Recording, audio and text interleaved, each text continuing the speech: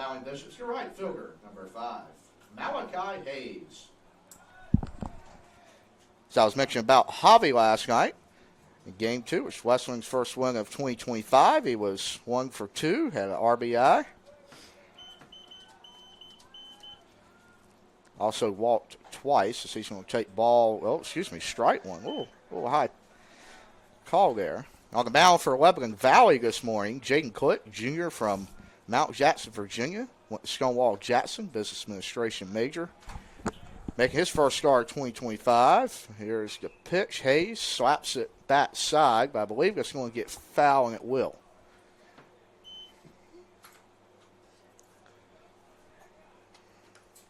First rubber match of the season for the Bowling Bishops. Got swept by Lynchburg on opening weekend. Fell in a midweek contest for Virginia Wesleyan, so some good momentum last night to get on the board. Here's the 0-2. Hayes going to shorten his grip. He slaps it into center field. Very hard hit ball for a single. Wesleyan's got a one-out base runner.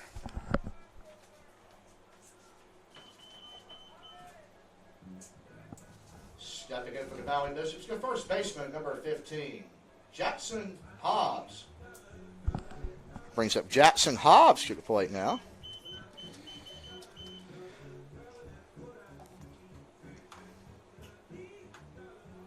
Hobbs in the 15-8 loss in Game 1 yesterday went 2 for 5. Scored a run. He's going to take slider outside, ball 1.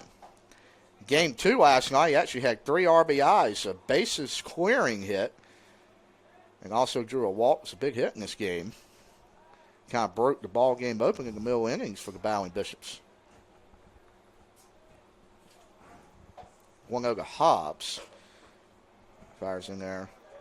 Counts even at 1-1. Got a few baseball games going on around the country tonight, which is unusual on a Monday. Mike Zingy and Hoosiers are up on Northwestern 1-0. They're playing in Cary before they go back home. A lot of those Big Ten teams come down south to avoid the snow. So we got a little Big Ten contest. I believe that'll be counted as a non-conference affair this early in the season. Teams just trying to get games in. Not far up the road at the USA Baseball Complex. Hobbs grounds at the third. He probably will ground out into a double play, and he will, and that will get the Flying Dutchman out of the first inning.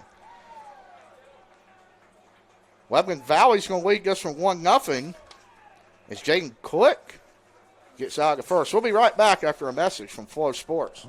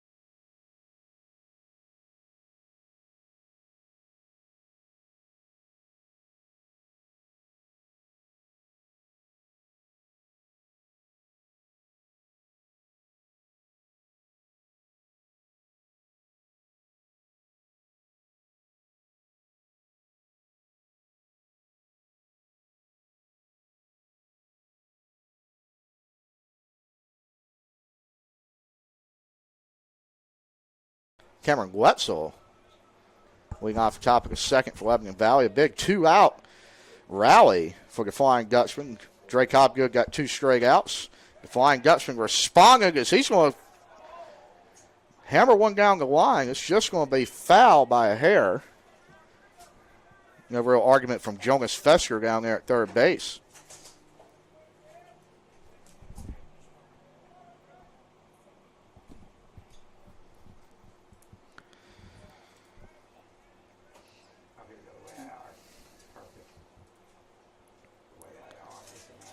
Here's the pitch.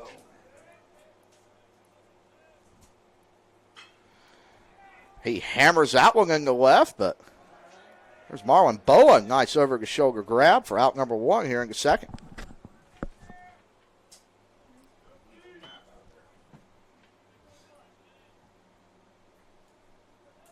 Now batting for Lebanon Valley, the designated hitter, number 34, Devin Kreger.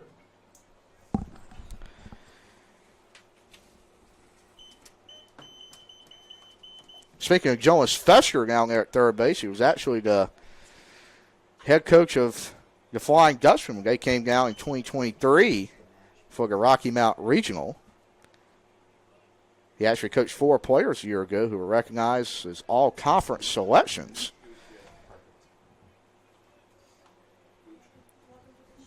Here's the pitch. Oh, away guy in swing. Nice pitch from Hopgood there. Fesker actually played at Johns Hopkins, went to the College World Series as both a player and a coach with the Blue Jays. The 0-2 from Hopgood gets him swinging. Actually chased 2 pitches there for the strikeout. Hopgood saw a lot of success with the first 2 batters of the inning, trying to get out number 3 here, which was a little difficult in the first frame. Now batting for Lebanon Valley, second baseman, number 39, Dylan Manila.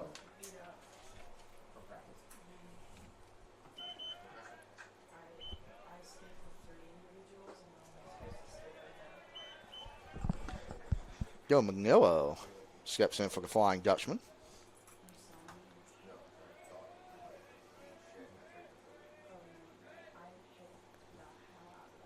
Here's the pitch inside from Drake Hopgood. Manillo 0 for 4 in game 2 last night. Struck out twice for the Flying Dutchman. Here's the pitch from Hopgood. Inside fastball looked good there. 2-1 is the count. Did not appear in game 1. This is only his second game of the 2025 season for Manillo.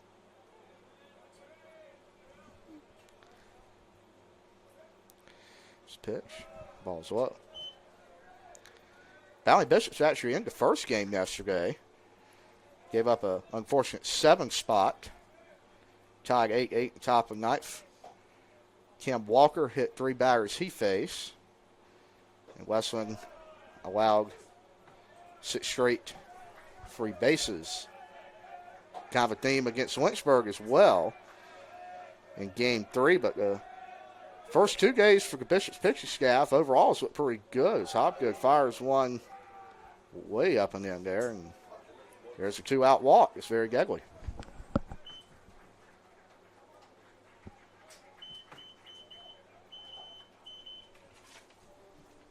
Back to the top of the order for the Flying Dutchman, the left fielder, number 11, Duncan Weir.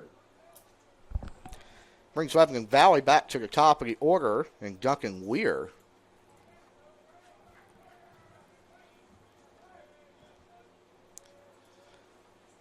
Not much damage last night. Had a walk in the second game, but game 1, probably Lebanon Valley's most effective hitter. Went 2 for 3, scored 4 runs for the Flying Dutchman, so pretty good start to his year. So step in for his second at bat. Swings and misses outside. 0-1. So mention not many games going on around Division I baseball game, but a big in-state matchup comes to an end as North Carolina, who took the first 2 at East Carolina, is going to finish that series in Greenville tonight at 5 o'clock due to snow as well. Game was originally supposed to be played Friday night. East Carolina, a little rough start to their year as well. 2-5 right now, with only 2 wins coming against George Mason, which were both 1-run contests.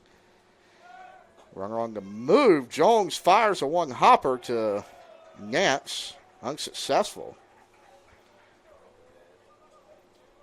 Ball was a pitch, I believe. Oh, here's a strike. 0-2 to Mr. Duncan Weir. LSU also in action night number 2 in the country, taking on Nichols at 7 o'clock.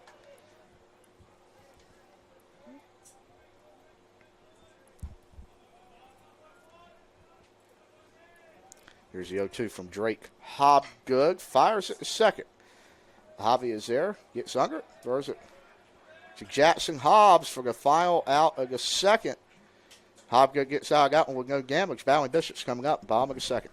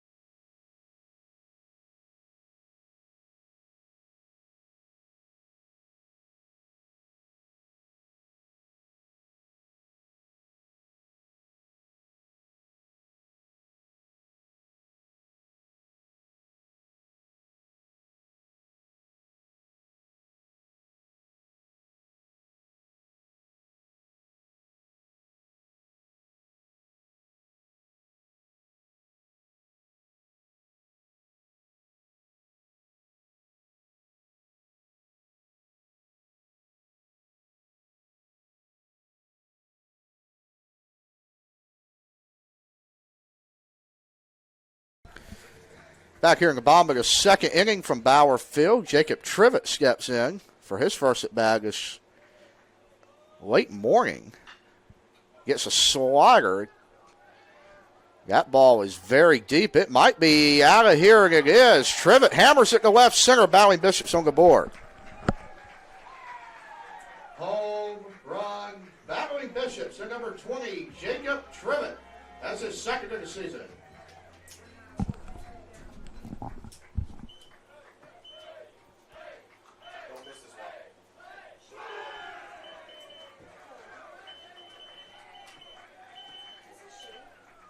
Now back for the Bowling Bishop's third baseman, number 28, Colin Scoggins. And Trivett got a slider, basically down the middle of the plate. He hammered that one to the left center field trees, just right at 372 sign. It's his second home run in 2 days. He's been a hot bat for the Bowling Bishops. Hammered the ball out yesterday as well to the exact same spot, I believe. Brings up Colin Scoggins at third. Here's the pitch to Scoggins. That's a pitch going to be a little bit low for his liking. Ball 1. Not much wind today either. Flags in left center field. 2 North Carolina Wesleyan flags and an American flag. Very still. Like a John Alden jersey on the left center field white pole. Scoggins dribbles that one back to the mound. And quick makes the easy throw over to Brewer for out number 1.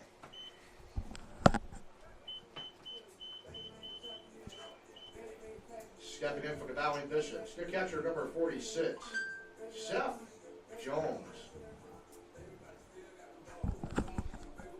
Brings up Seth Jones this morning for the Bowling Bishops. Moved up in the lineup to the 6th hole this evening. Was in the 9 slot yesterday. Here's the pitch. That is ball high. 1-0 to Seth.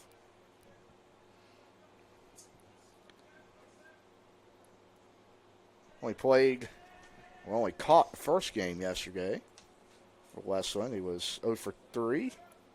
had a walk and a strikeout to his name as he takes that fastball up and, oh my, call it a strike. Disagree with that one. Looked like that was on the hands right there, but nonetheless, going to get the call to speed this game along.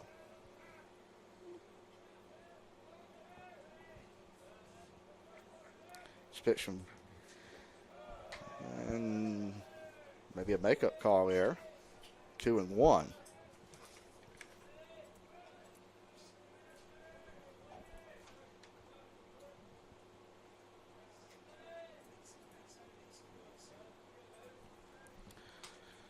Pitch to Jones. Fouls it away.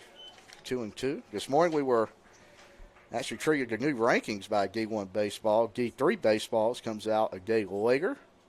Texas A&M got the top of the rankings with LSU, Tennessee, and Arkansas. SEC got a clean sweep of the top four after sending 4 teams to Omaha last year. First ever ACC-SEC College World Series. Curveball outside to Seth Jones. We got a full count with 1 out. Got a local school, North Carolina Tar Heels, kind of breaking up the SEC hold on the top 10 rankings. They're going to come in at number 5, up 1 slot from number 6. They've not lost this season. Jones takes fastball up and away. He's going to draw a 1-out walk, and that's going to bring up Mason Nance.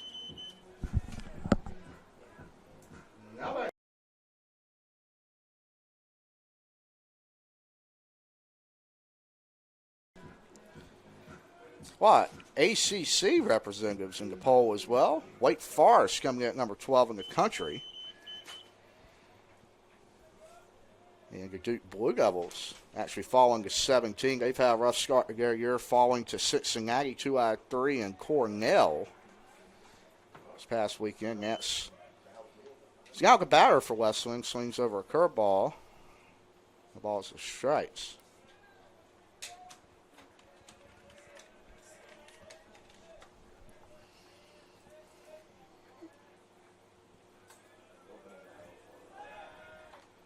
Pickoff move there to Jones. A little bit closer than I think looked like.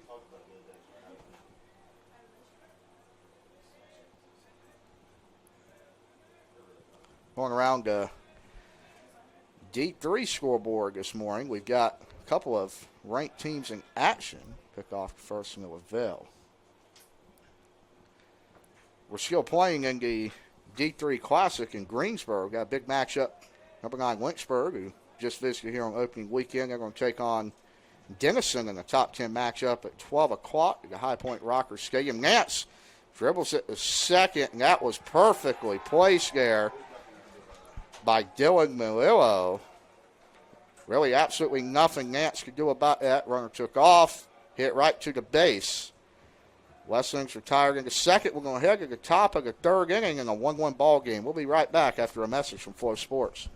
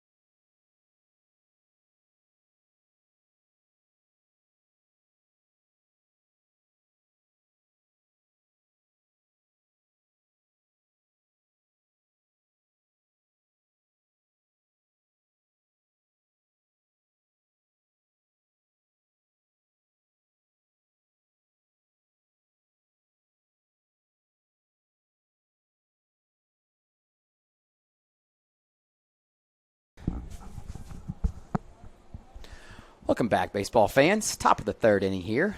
Score is knotted 1 run to 1 run. Drake Hobgood back on the mound for the Battling Bishops. Gave up 1 run in that first inning after he had 2 outs to start the game. Jacob Trivett responsible for the Bishops' lone run on a solo shot over the left field 372 marker into the really nice fir trees out there.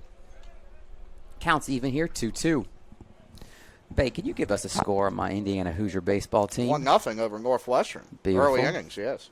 Always good to beat the team clad in purple from Chicago when we have the opportunity to. Men's basketball team took a tough loss at Northwestern earlier this year, but as we talked about yesterday, if you're joining us again, Indiana University men's basketball got a big home win in Assembly Hall over number 13 in the nation, Purdue. Great rivalry there, which unfortunately I was not able to watch, but was able to be out here. Saw our women's softball program get their first win of the 2025 season. Count's now full, no outs, no runners on. Hobgood deals the full count pitch. Really nice pitch. Sinking the plate, swing and a miss. 1 out here in the top of the third.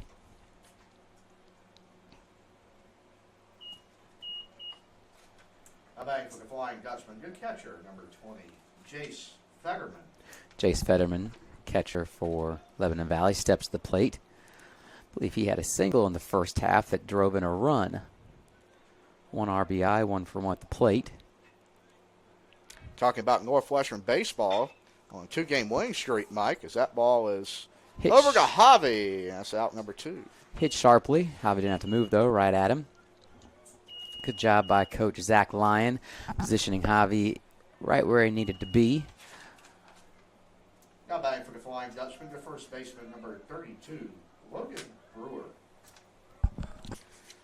Yeah, nice 2-game win streak for the Hoosiers there in Cary. They've had 2 tournaments to start the year, and Arizona took on Oregon State, fell 6-0. And surprise, a little spring training facility action in the Sanderson Ford College Baseball Classic. Here's the pitch. Ball's fouled over to first. Give a shout to Florida Sports sponsoring a big opening weekend of college baseball, Mike. We had Ole Miss, Texas, Clemson, a lot of powerhouses at home of the Texas Rangers in Globe Life Park. Really? On Florida Sports. Enjoyed watching that. And I'm sure. I think we talk about it, and the decision why Wesleyan Athletics decided to go with Flow Sports is the resources that it provided us to hopefully increase the quality of our streaming, not only in allowing us to have commentators on almost every single home game, but also better our camera quality and add more cameras. It seems like that's the route that not only small colleges like Wesleyan are going to, but also the big colleges. Excited to see that and hopeful for Flow Sports to keep improving their streaming platform as well. Speaking of Flow Sports, we'll take a quick break here, get ready for the bottom of the third inning with a message from Flow.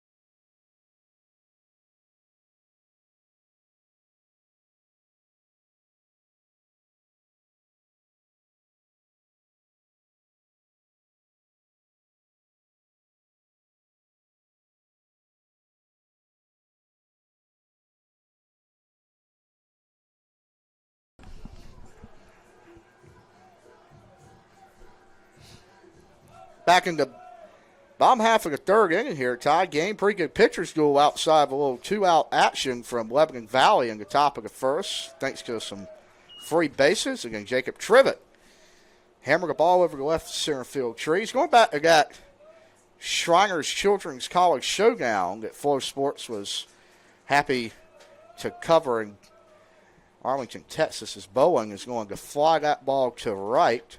I believe Kenneth Palmieri's under that one very easily. That's out number one. That will bring up Travis Gamache. Now back for the Valley Bishops, the center fielder, number 22, Travis Gamache.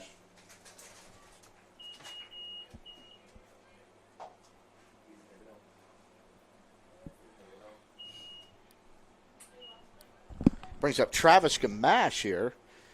Had a big 3-hit game last night. Played well for the Bowling Bishops.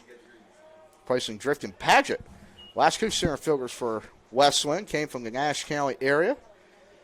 Nash Central and Northern Nash in the same conference in 3A. The Knights actually went to the 3A state championship a couple years ago in football. Got some talent coming out of there. Including, as that ball looked good, a little bit outside, including C.J. Rosser, number 2 basketball player in the sophomore class, getting looks at his AAU games, I hear, from John Shire, John Calipari. The Knights at the top of the Big East standings this year. Here's the picture. As Gamache flies that one to first. I believe Logan Brewer's going to have to be on that. He will. That's out number 2 in the third.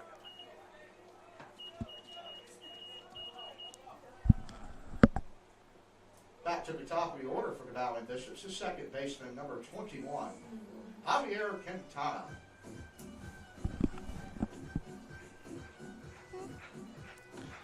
A lot of realignment going on in the North Carolina High School Athletic Association. Thinking about having a powerhouse baseball league now if the second realignment passes. D.H. Conley, Greenville Rose, along with CB Acott's now going to be joining the Northern Nash Knights and the Firebirds, some local schools. So looking for a lot of playoff teams out of that league now. Actually expanding it to 8 divisions, I believe. It's only going up to 4A here in North Carolina, unlike you see in Texas with the big 8AA state championship games held at Jerry World. Speaking of the Texas, we got a little. Is Hobby hammers that one in the left. That's just foul, same spot as it was earlier. The Longhorns, as we were mentioning, 5-1 this year in the Shriners Classic. They took down Ole Miss 10-0 in 7. Oklahoma State 14-8, but fell to the ACC opponent in 10 innings, Louisville Cardinals. That was on Valentine's Day weekend. From what I could see, that place was pretty packed. Probably 20,000 college baseball fans down there.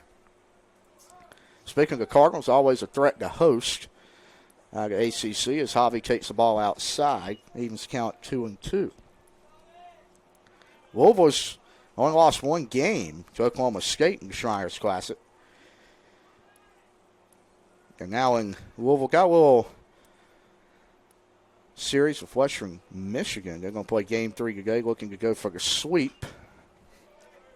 That ball was popped foul. Mike Armbruster will be going, I guess I have to say Western Michigan. You can't say the M in that rivalry, I hear, from the Buckeyes. So if you saw in Etz before the Ohio State-Michigan game, as they say, Ohio State blocked out all the M's. So if you had a classroom or a residence hall there that had an M in its name, it was blacked out in red tape. Very serious up there. But I don't know if this is serious as Duke-Carolina basketball rivalry is. Duke students camp out for about 2 months again to that game. So we'll see how the return trip to Chapel Hill goes. Coming up here shortly. Javi kind of hammered that one to right center field. That's going to be a very tough play out there over the shoulder by the Jim Pittman sign by Ryan Murphy. Make a nice grab out there. We'll go ahead to the top of the 4th inning. We still got a tie ball game, folks.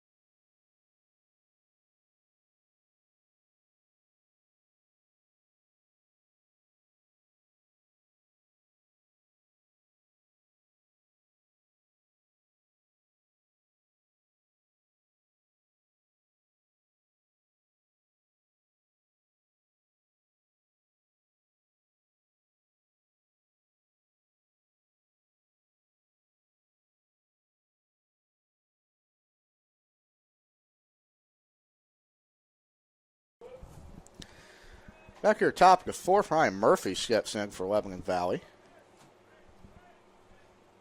Pitch from Hopgood is fouled off 0-1.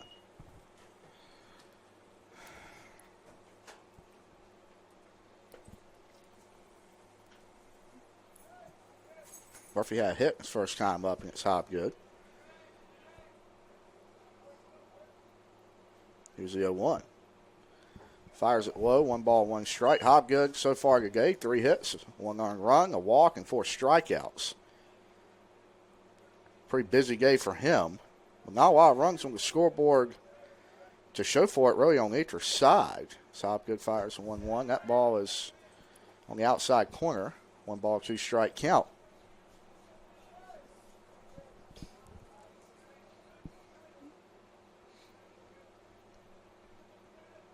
Pitch from Hopgood. Lifting into left, Marlon Bowen. Camp center got one for out number 1.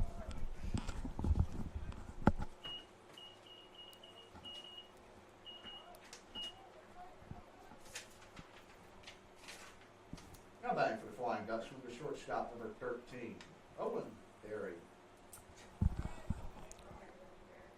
Brings up Owen Berry to the plate, 0 for 1 this afternoon.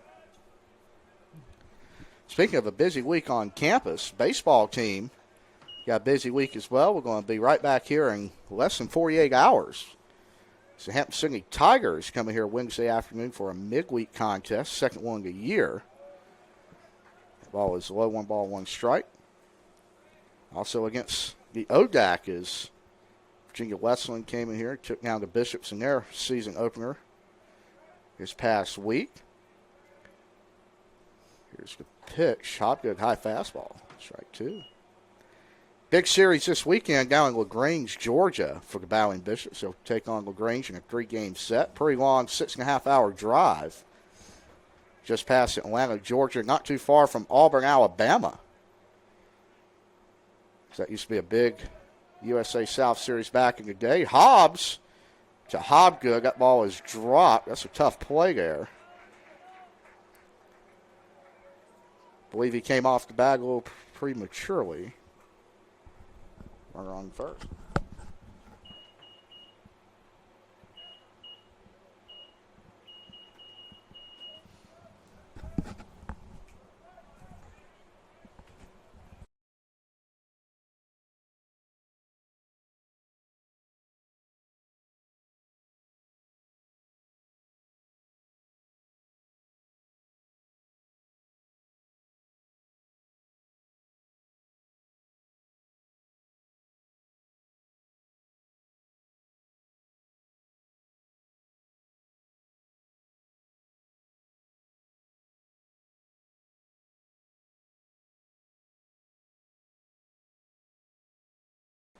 Tough play there, and kind of a no man's land dribbler between Hopgood and Hobbs. Probably misplayed by Hobbs there, but still going to give it a hit. Came off the base a little too early. I think if Hopgood would have came over and got that ball, tossed it to him, probably would have had an out there. But Hopgood cannot cover the base in time as he'll start off to Wetzel in a 1-0 hole. Runner on the move, hit and run there for the Flying Dutchman. Hobby makes a nice play to recover there. A little hit and run was almost very dangerous. Great job by Owen Berry to avoid the tag there. Run on second, 2 outs. Now batting for the Flying Dutchman, designated hitter number 34, Devin Kreger.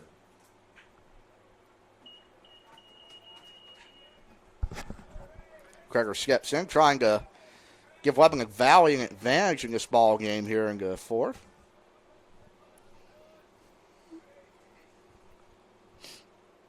Ooh, a little big lead out there at second base. Almost slipped. Strike 1. Looked like it hit off him there.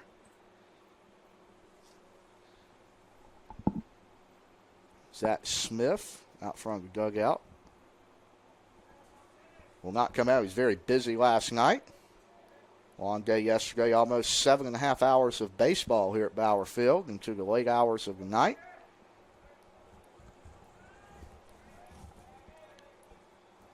Kreger's second plate appearance this morning. He struck out his first time against Hobgood. He's in an 0-1 hole. Hobgood checks at second. Javi right there covering. He'll get back in position. Sliger's inside. 1 ball, 1 strike.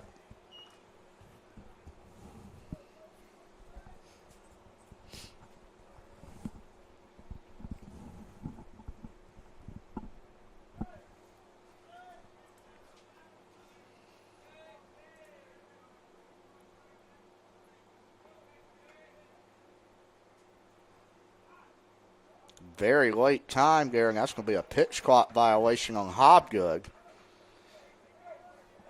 Believe the clock is in effect this morning. Brand new pitch clock here at Bauer Field that was used at the latter part of last year. Large thanks to Mike Armbruster for getting that set up. Juan Pauls was unfortunately a ball for the Bishops, and it's 3-1 count.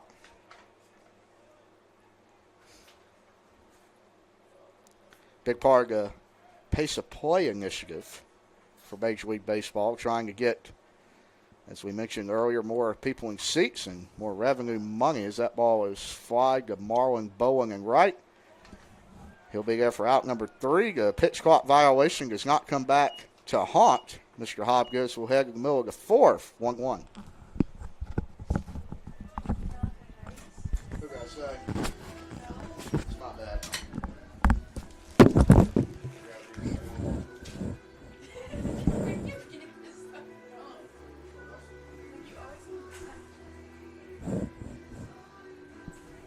Top of the 4th inning. Lincoln Valley scores no runs on 1 hit, no errors, and leaves 1 man on base. In the middle of the 4th inning, your score is 1-1.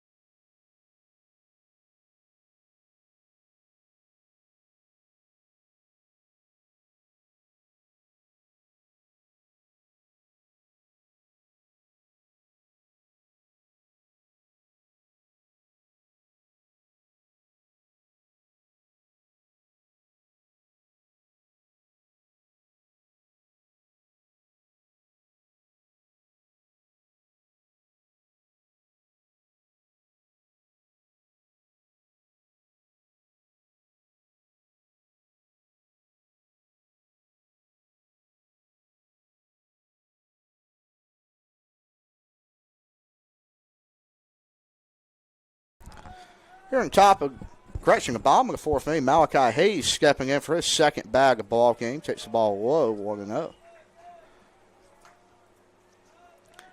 He got a big hit in the gap as last time. He's been hot to start the year from the left-hand side for the Bowling Bishops. Click up there, Skill Gilling along, or outside. So you want Skill Gilling along with Hobgood. He's only allowed 2 hits so far and an earned run. It was a home run via the bat of Jacob Trivet.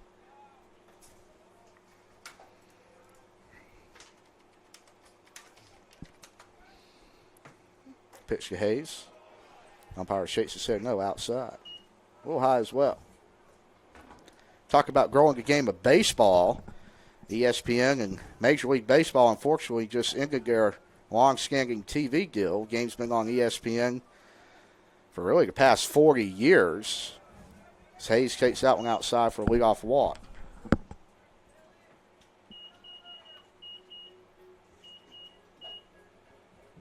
Stepping in for the Valley Bishops, the first baseman, number 15, Jackson Haas.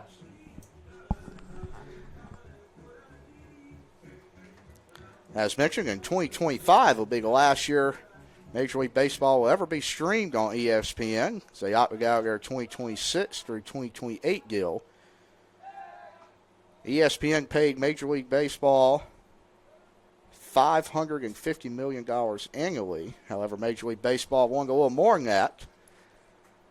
Thought they deserved to be up there along with the NBA ranks and Monday Night Football ranks. ESPN disagrees. That's a wild pitch. He'll advance Hayes to second. Remember growing up watching Sunday Night Baseball, was a big fan of Aaron Boone on television. He's now the manager of the New York Yankees. Yankees in the World Series last year. Boone's contract just renewed as well. George Skybringer, his son Hal, is now in charge of the Yankees. And how about the facial hair policy? Change for the Yankees as Hobbs drives one in the right center field. That's going to easily score Hayes. And the Bowling Bishops are in business as Jackson Hobbs with RBI double. Wesleyan leads at 2-1.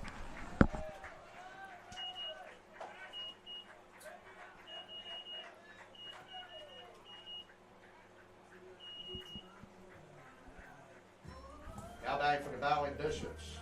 Designated hitter number 20, Jacob Tribbett.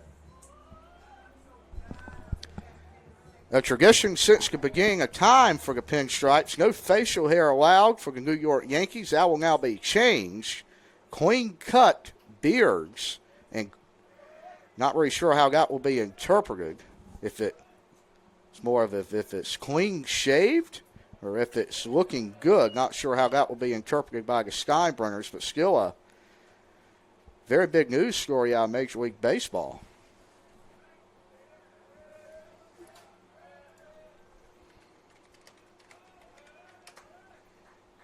Yankees actually take on the Red Sox in spring training today down in Florida at 4 o'clock. While with that, a lot of changes being made as Steinbrenner may make some New Yorkers upset with this. They're not going to play New York, New York anymore after every game, only the wins. That's been a staple at Yankee Stadium. So I was there about 2 summers ago. Was fortunate enough to go watch the Houston Astros play the New York Yankees, which was a big ALCS matchup a few years ago that ended in some controversy with a big trash can scandal and sign stealing scandal. About 45,000 in there. Houston defeated New York. Very hot August afternoon, and that ball was grounded by Trivet in the left field. Hobbs will not make an effort there to go home. Wesleyan has runners at the corners, nobody out.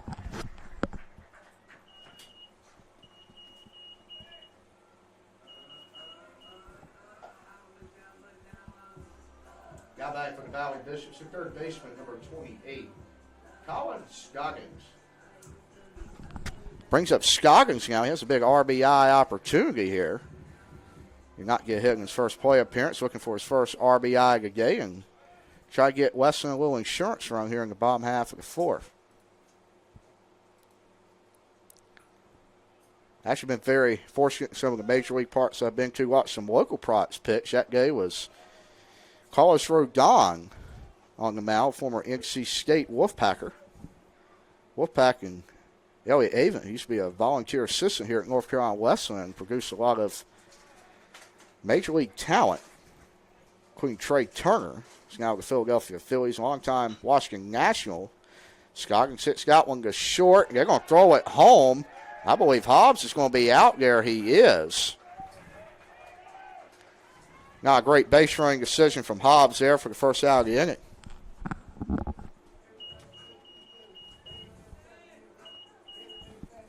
Now back for the Valley Bishops, your catcher, number 46, Seth Jones.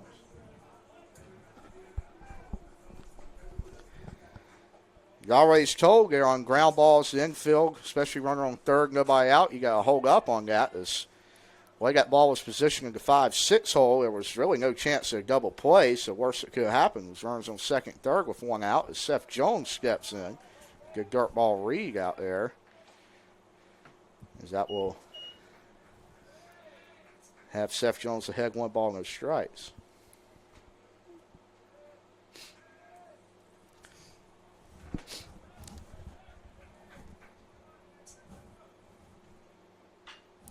Jones grounds at third, bobbled a little bit by third baseman. That's going to be an error by Cameron Wetzel there. Bishops may catch a break after a big mistake by Hobbs. Have bases loaded, 1 out. Now back for Valley Bishops, a shortstop, number 13, Mason Nance.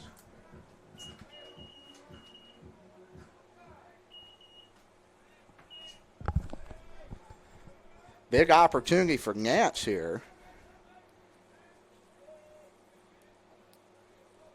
Drive in the game's third run, potentially fourth, with a runner on second.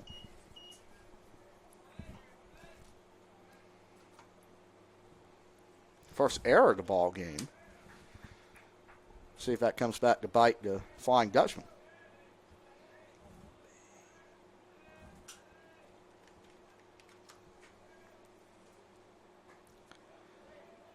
And strike on the outside corner.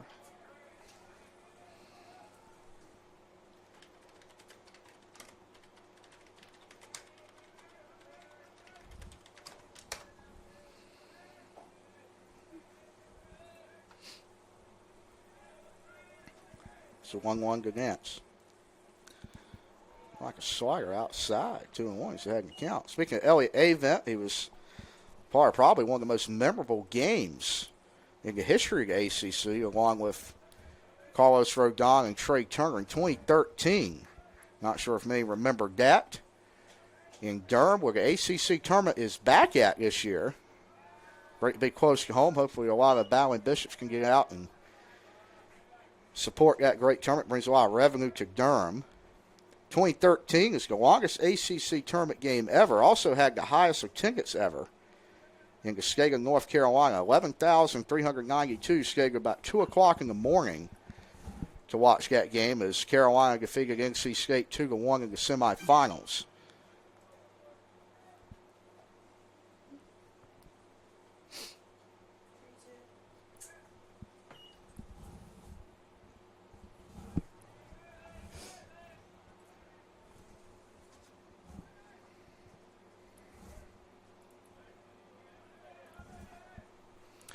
Full count on Nance. Rounds it to short. Can they turn a double play? They will get one at second, but as they say in baseball, that's a productive out from Mason Nance. Drives home a run. Bowling Bishops still have runners in the corners for Marlon Bowen. Stepping in for the Bowling Bishops, new left fielder number 23, Marlon Bowen.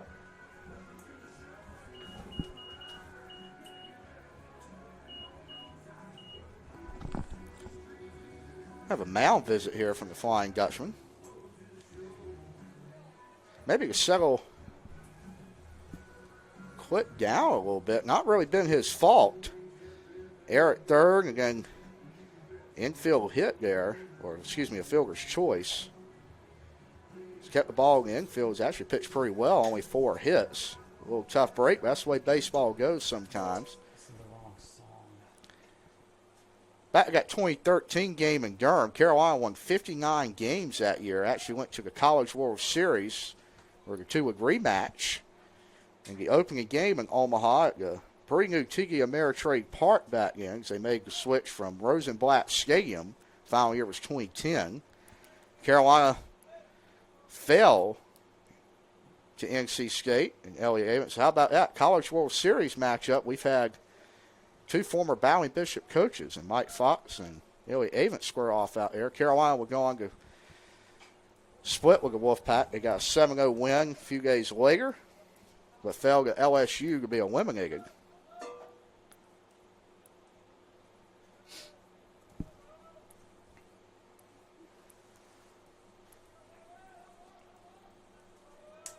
That game against State, Rocky Mount product, Hobbs Johnson, Rocky Mount High School Hall of Famer, went 5 1/3, 6 hits, gave up a run, 9 strikeouts on 96 pitches. So listen to this, Carlos Rodon, as I mentioned with the Yankees, he threw 10 innings that night on 130 pitches and struck out 14 Tar Heels. So one of the best pitcher's duels in ACC history that night in Durham. Talking about a little bit of history with the College World Series. Shout to Whit Merrifield.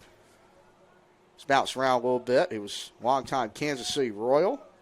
He's now made his way to Atlanta after stops in Toronto and Philadelphia. That ball is low to Bowen. got a walk-off hit in the final ever game at Rosenblatt Stadium in 2010 as South Carolina went back-to-back. They were the first team to win it in the new ballpark TD Ameritrade, and they closed out Rosenblatt in styles. That ball is high and a little bit in as well. 2-out walk.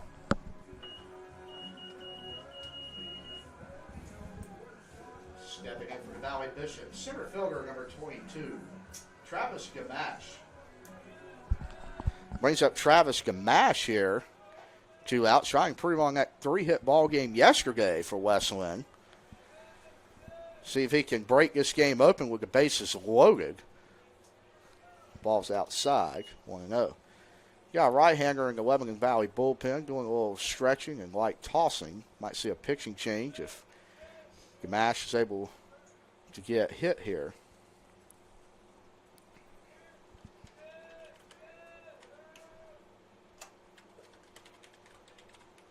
The pitch from Gamache, he's going to pop that one foul straight behind us here in the press box.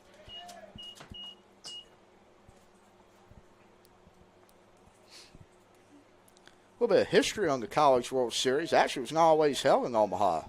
Started out in 1947 in Kalamazoo, Michigan.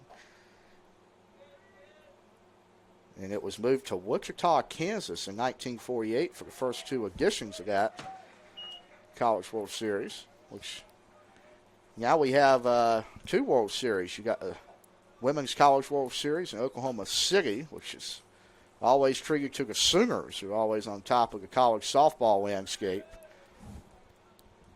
every year. Here's the pitch. Gamache, that took off the head of Greg Clifton down there on the third base line. That ball was smoked over him.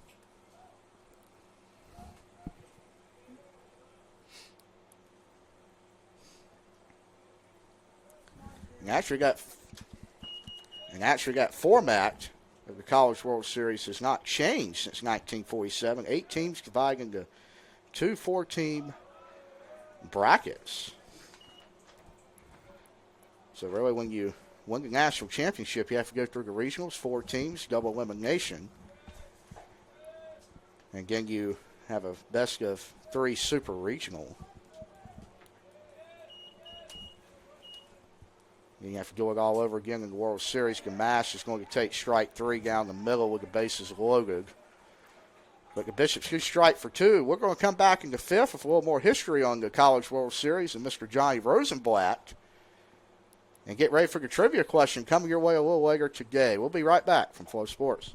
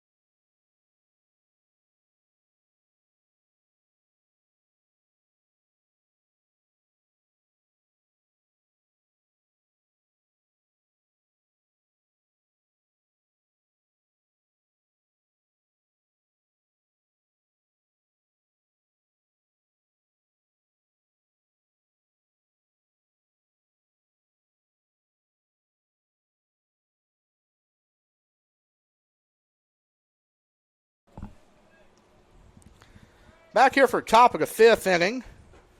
Drake Hobgood still out there. He's been doing today.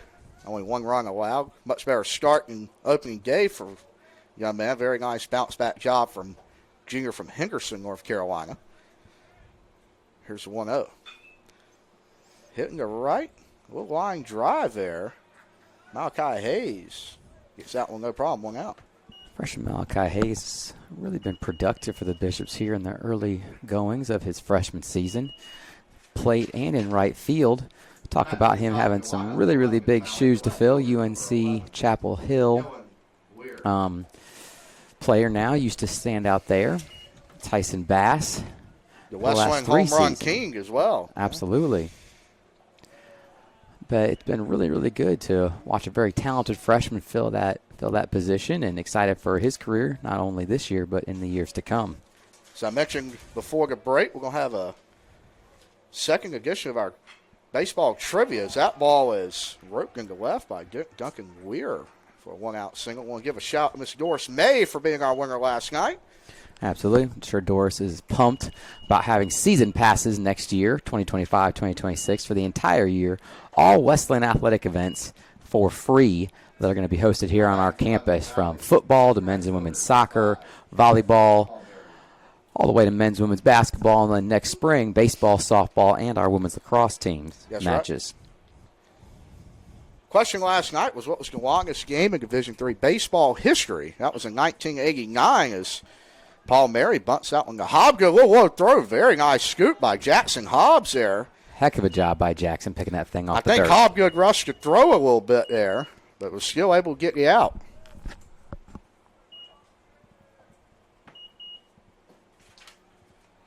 Now batting for the Flying Dutchman. Good catcher, number 20, Jace Fetterman. Brings up Jace Fetterman to the plate here. Going back to the College World Series history now. When they moved to Omaha, Nebraska, kind of bounced around in the 40s and 50s.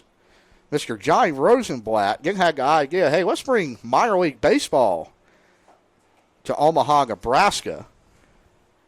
They started the Omaha, now known as the Omaha Storm Chasers, which is the longest-running affiliated team, Mike, in minor league baseball with the Kansas City Royals. They have never switched affiliates. Really? And how long have they been around? I believe over 50 years now, affiliated with the Kansas City Royals, which is not that far, about a 2-hour stone's throw from the City of Fountains.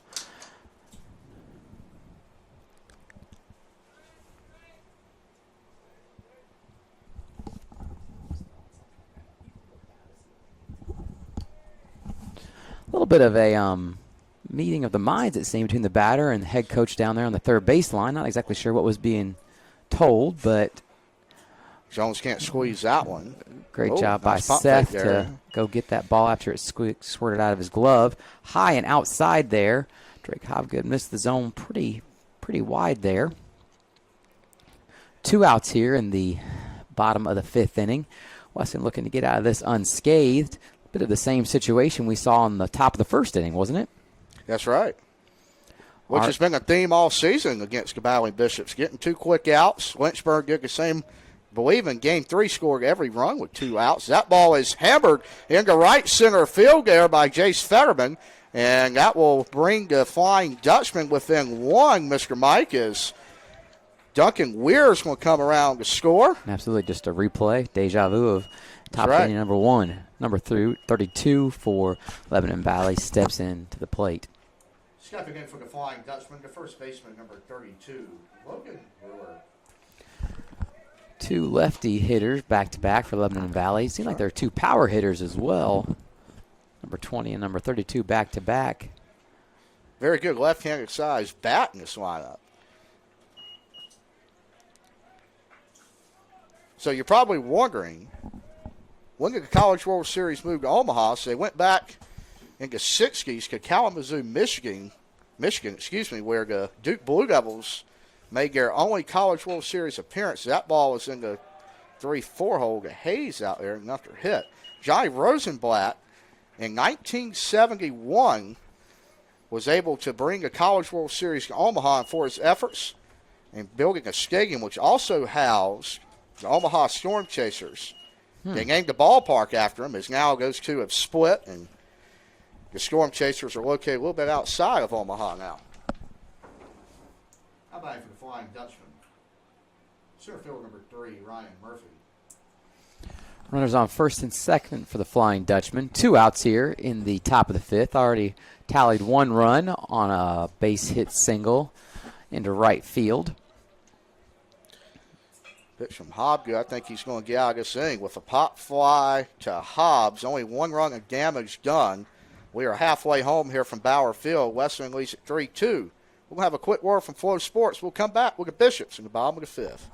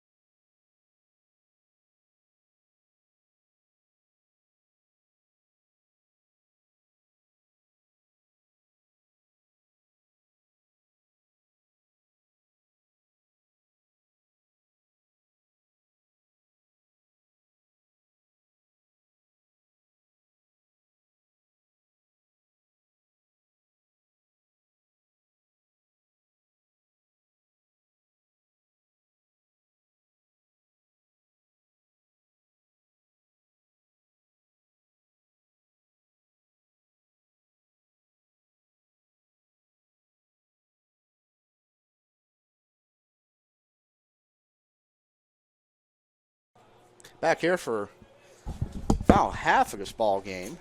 Javi swings and misses strike 1. We have pitching change that last half inning, as I suspected. They'll bring in junior right-hander from Martinsburg, Pennsylvania. A lot of Pennsylvania natives for Lebanon Valley, Jacob Detweiler.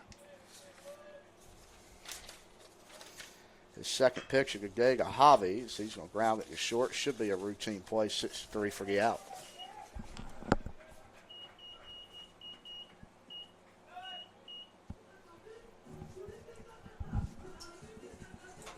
Now batting for the Bowling Bishops. Your right fielder, number 5, Malachi Hayes. Quick out there, Baden. Routine ground ball, as you mentioned, to short. Javi hustling down the line, just couldn't quite get there in time. That's what you want when you come into a ball game, a quick out. Absolutely.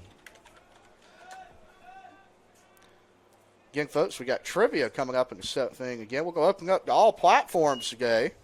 If you Instagram us, send us a direct message. You send us a Facebook message or even a Facebook post, or you can still do it on X as well. You're going to be the winner. Might have a little more D3 baseball trivia and back in time today. Malachi Hayes is mentioned at the plate. Freshman gets the count 2-0 in his favor. It's great. Detweiler appeared in 11 games last year. Actually had a shutout appearance against Kenyon last March, so pretty good for him. Also won a state championship up in Pennsylvania during his time in high school at Central. And we've seen this a lot, Mike, a two-way athlete on the honor roll, played football as well. Absolutely. You can tell that young man's been in the weight room. That's right. Has a lot of power behind his pitches, I would guess. If I was standing there at the plate, I probably wouldn't want to face him. Here's Hayes on 2-1, backside. Flies the ball right to the left fielder. Didn't have to move much, and that's a quick 2 outs here for the relief pitcher for the Flying Dutchman. Got back for the Valley Bishops. The first baseman, number 15, Jackson Hobbs. Brings up Jackson Hobbs here. Mike, I know you're excited. We touched on the Division I College World Series in Omaha, but the Division III World Series is going to be back in Cleveland this year, as that's moved around quite a bit from Salem, Virginia back in the day. That ball is fouled away 0-1. Yeah, excited to have that back in, I guess, my transplant state, you might say, born and raised in northern Indiana. But really, if you live in the Midwest, southern Michigan, northern Indiana, northwest Ohio, northern Ohio, it's really about all the darn same thing. So excited to have that event back in the Buckeye State. Hopefully with Wesleyan can turn their season around and perhaps find themselves there this year. Right. Still looking at their third national championship, first of the 21st century, I believe. Absolutely. Had a really, really strong showing, as we mentioned last year. Got to the regional finals. Very close to winning that and putting themselves in a position to advance. Wasn't in the cards for the Bishops. I know Coach Greg Clifton is excited about this year and the new deck that he finds himself with. A lot of new players. I think we graduated over 20 student athletes last year from the men's baseball program. Shout out to Kyle Brazo, showing some hustle out of the dugout with a few baseballs for the home plate umpire. Heck of a commentator himself. Absolutely. Did a great job with me a few days ago on the radio for one of our home men's basketball games against rival Methodist. Speaking of basketball, Mike, we got the USA South Players of the Week coming out approximately 2 or 3 o'clock today. Khalid Chavis Hines had 26 of 29. Think he's in the mix, but Isaiah Pruitt from Greensboro, how about this week? Dropped 2 straight 30 balls for the Pride.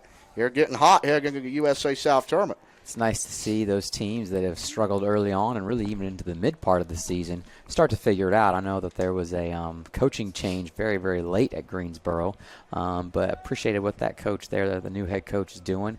A lot of energy on the sideline and holding his players accountable. Hobbs steps in here. He's got a 1-2 count. He's going to swing a fastball above the letters. That's strike 3. Wesleyan is not striking the bottom of the 5th. We're going to the 6th inning. Valley Bishops lead 3-2.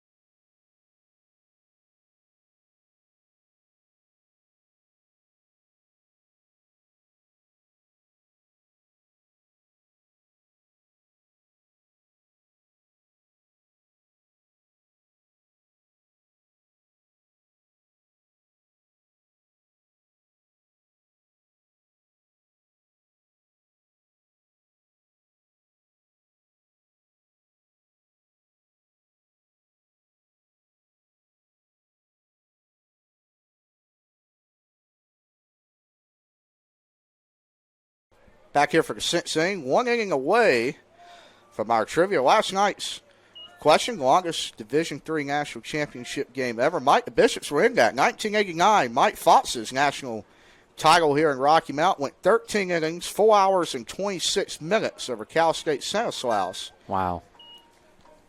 That is impressive. In Connecticut. If you're a Bishop fan, it's great to come out on the better end of that long marathon game. It could have been a heartbreaking loss if it had gone the other direction. That's right. Drake Hobgood back on the bump here for the Battling Bishops at the top of the 6th. Thrown just a little over 70 pitches. Gave up 1 run in the top of the 5th, 1 run in the top of the 1st. I'm sure assistant coach Derek Carter, pitching coach for the Battling Bishops, is monitoring Drake's performance here really closely. That ball is hammered into left. That's going to be just fair, I believe, by Barry. He kind of tripped around first there, make him slide into second, but didn't matter. Lebanon Valley get ready to tie this game up. They can bring him around. Great job by Marlin out there in left field. Chased that ball to the fence, fired it into Nance. Held that runner to a double. Forced him to get down on his belly just to be safe. As mentioned, we're going to have a pitching mound visit by assistant coach Derek Carter. We will pause briefly here for the message from Flow Sports and be back shortly.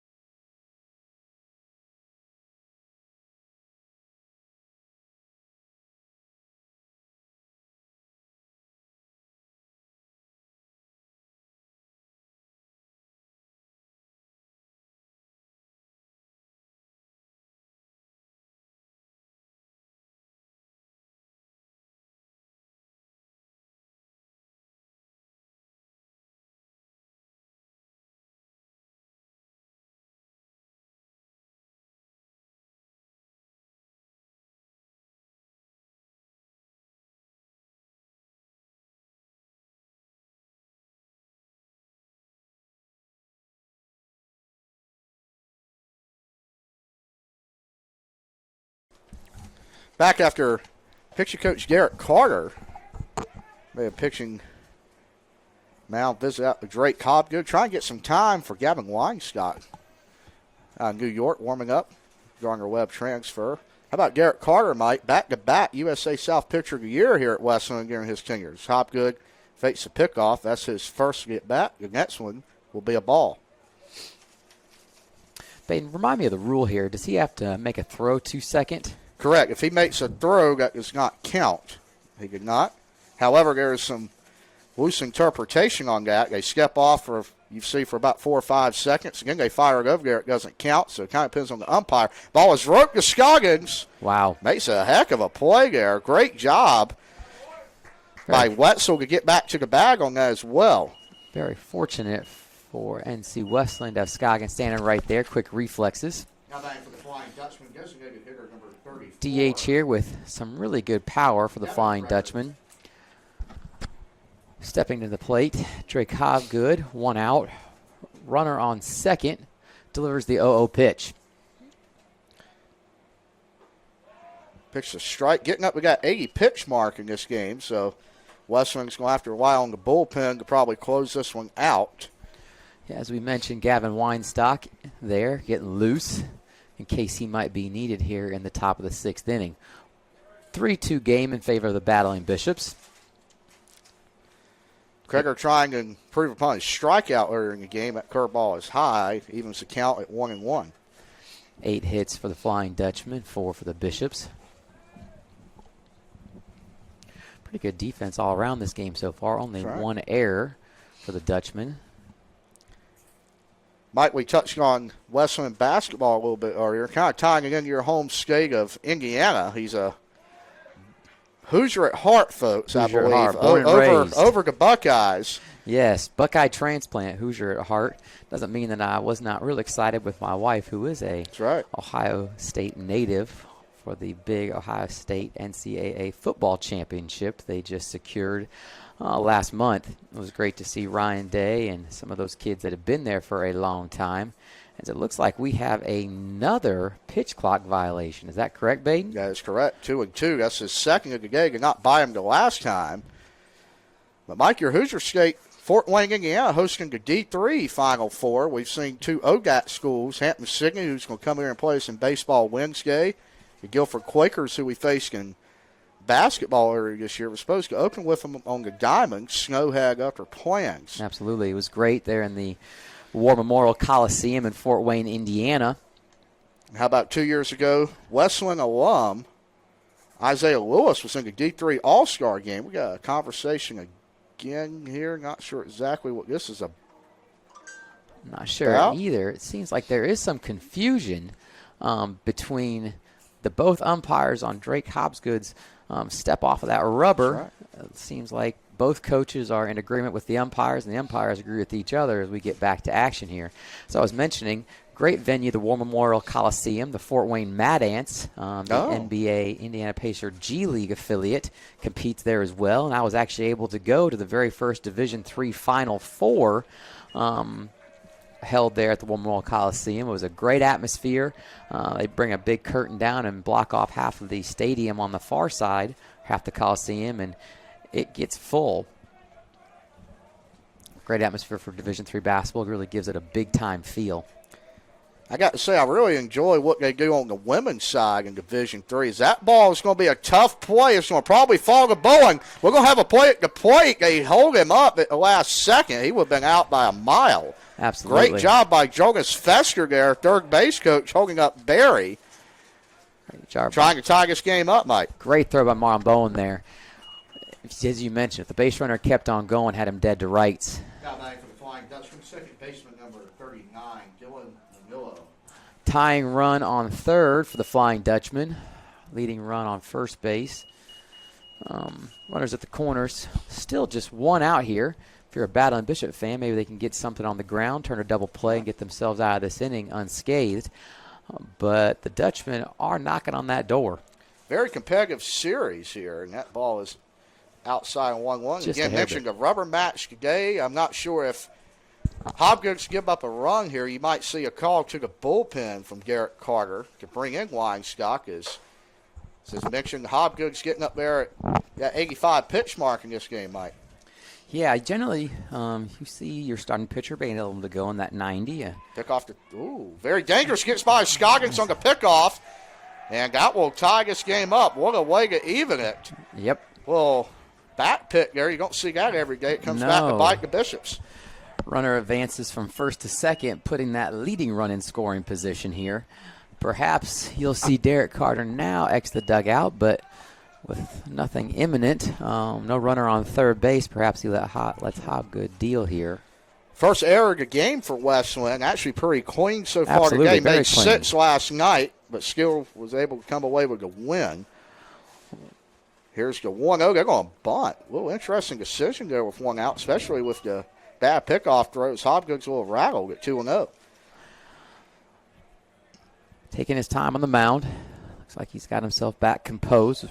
Was pretty frustrated with himself on that low throw to Scooby over there at third. See if he can lock in here and get the batter at the plate.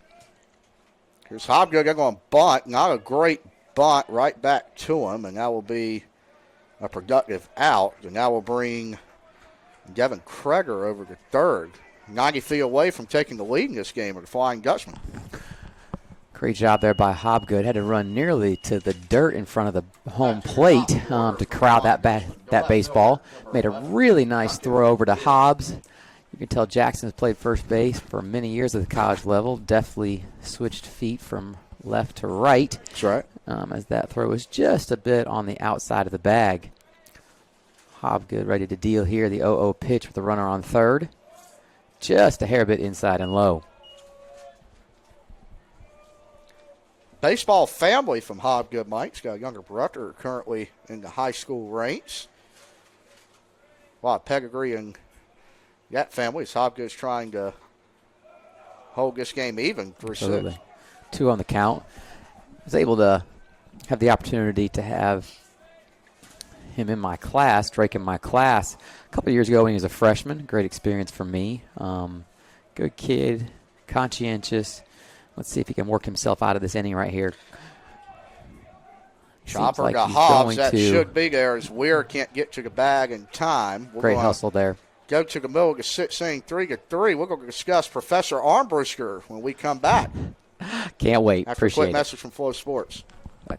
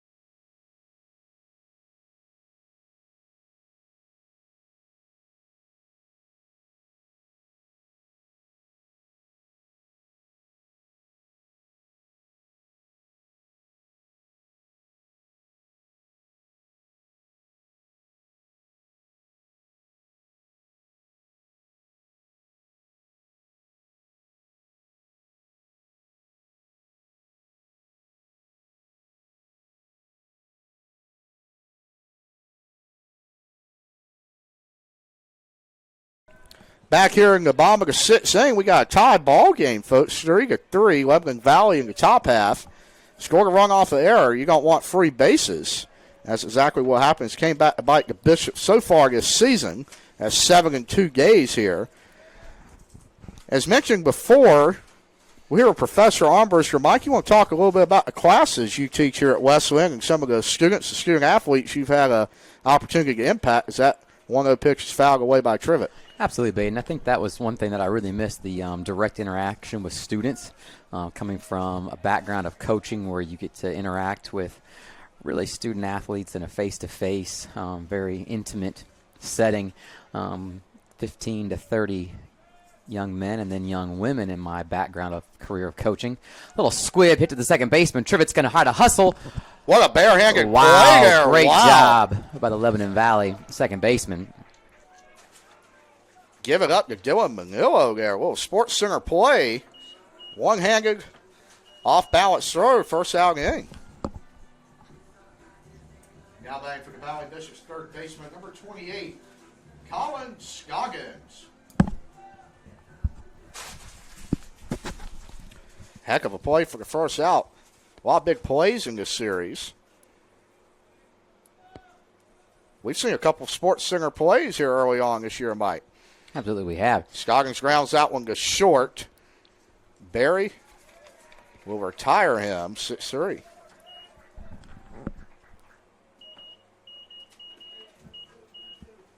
Stepping in for the Valley Bishops, good catcher, number 46, Seth Jones.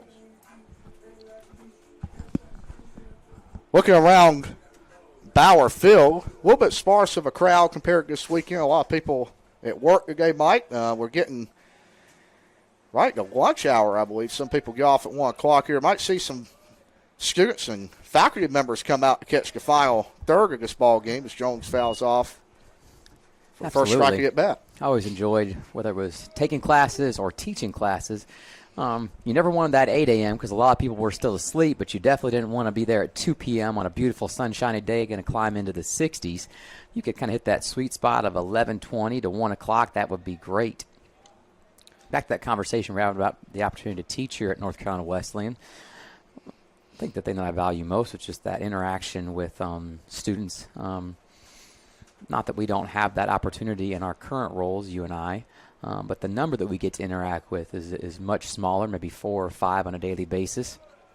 And so to be able to interact with 25 young people in a class 2 or 3 days a week for an hour, hour and a half was something that was real attractive to me about the opportunity to teach. And so it was awesome able to teach a very basic introduction to management. I think one of the things that I also appreciate about that subject is a lot of the things we talk about that related to either small businesses, larger corporations, nonprofit organizations, those principles of running a successful business and managing it, managing people, can also be applied to yourself and how you manage yourself. And so a lot of great conversation and discussions there that were born out of the curriculum, but then we were able to apply it to ourselves. 3-2 count here, 2 outs for the catcher from Wesleyan. Jones looking for his first hit of the afternoon. He did walk earlier. He'll take ball low for his second free pass of the afternoon.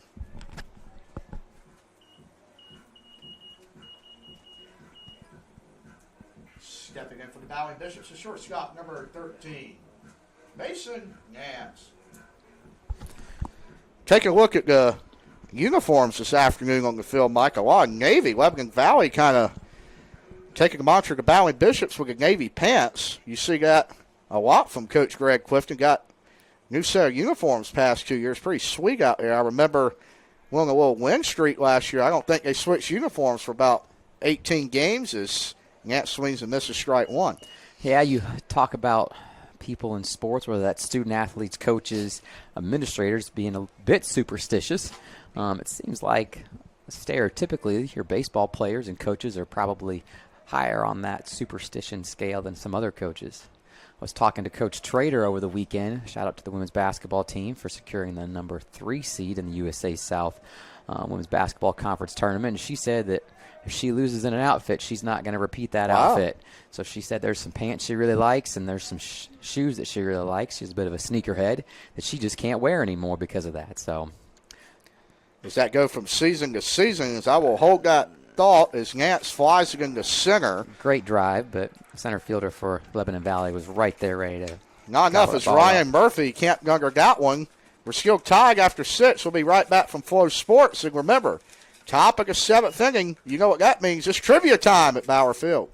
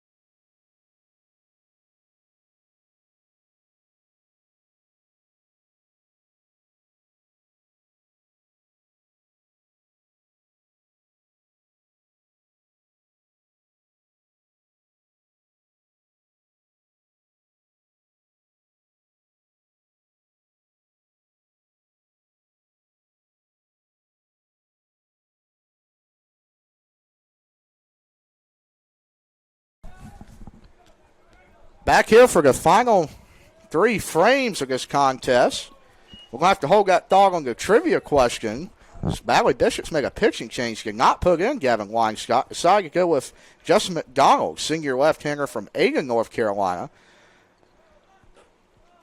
This is a 1-0 is Called on strike. the outside corner for a strike. Made 11 appearances for the Valley Bishops last year, 13 innings. He actually held opponents to a 186 batting average. And Mike, we were talking about earlier with that North Carolina High School Athletic Association realignment. J-Mac's alma mater, D.H. Conley, involved in that. Is J-Mac was a heck of a two-way player there. He was top 3 in every offensive category. He bagged .526 his senior year with 20 hits and 10 RBIs. Wow. Getting it done. Ball was fouled away At 2 the and 2. plate. It's fairly uncommon, I know, especially in the major leagues, Power 5 college, and then down to Division 3, Division 2, to see someone pitch and hit. Shohei Ohtani, probably the most famous right now, maybe one of the best ever, along with Babe Ruth. Absolutely. Not sure there's a big debate over that now as J-Mac fires a sort of like a curveball outside and low. Just a bit outside. How about Ohtani winning the World Series with the Dodgers this year, earning his money?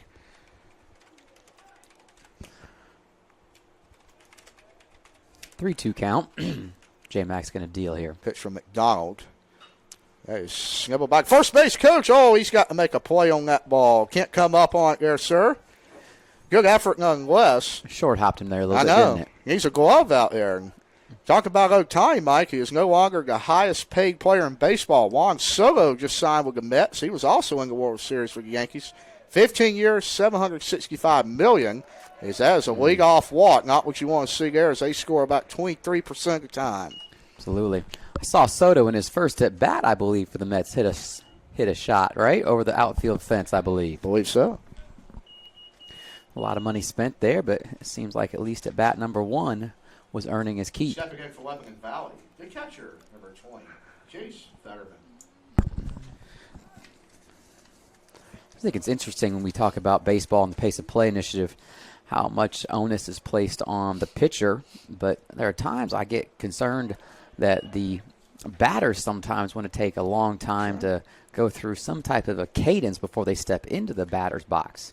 Well, that might change at the major league level now. I don't know if you've seen, they've used it in minor league baseball some last year, but Major League Baseball spring training using the ABS challenge system automatically on the board, very similar to what you see in pro tennis, where you pull, a picture of the white line on the screen. It shows you exactly where the ball went. Well, now they're doing it in baseball, Mike. Is that what's going to determine balls and strikes based on a challenge? So now I suppose if that progresses, I assume in the early stages in spring trainings, that ball is popped up. I believe that's going to be Marlon Bowen's ball. It will be. Gamache bats him up, but it doesn't matter. Out number 1. Nice to see second out right there in the air. Doesn't allow the batter, or doesn't allow the first baseman or the first player on first base to advance. Dutchman, the first baseman, number 32, Logan Brewer. Been a bit of murderer's row here. Two lefties back-to-back power hitters for Lebanon Valley have really put a charge into the ball, kept it on the ground through the infield and into right center and left center. J-Matt's first pitch to Brewer is a strike. But, going back to the ABS challenge system, kind of interesting last year, minor league baseball plays 6 games a week. They play Tuesday through Sunday in the same city to save money now, and as part of a new collective bargaining agreement. 3 days of that series, the first 3, it would be used through the ABS challenge system. The last 3, umpires called the pitches, but you could challenge 2 a game. So what's the rationale for doing 3 and 3, Baden? I believe they wanted to test it both ways because, that's a J-Matt there.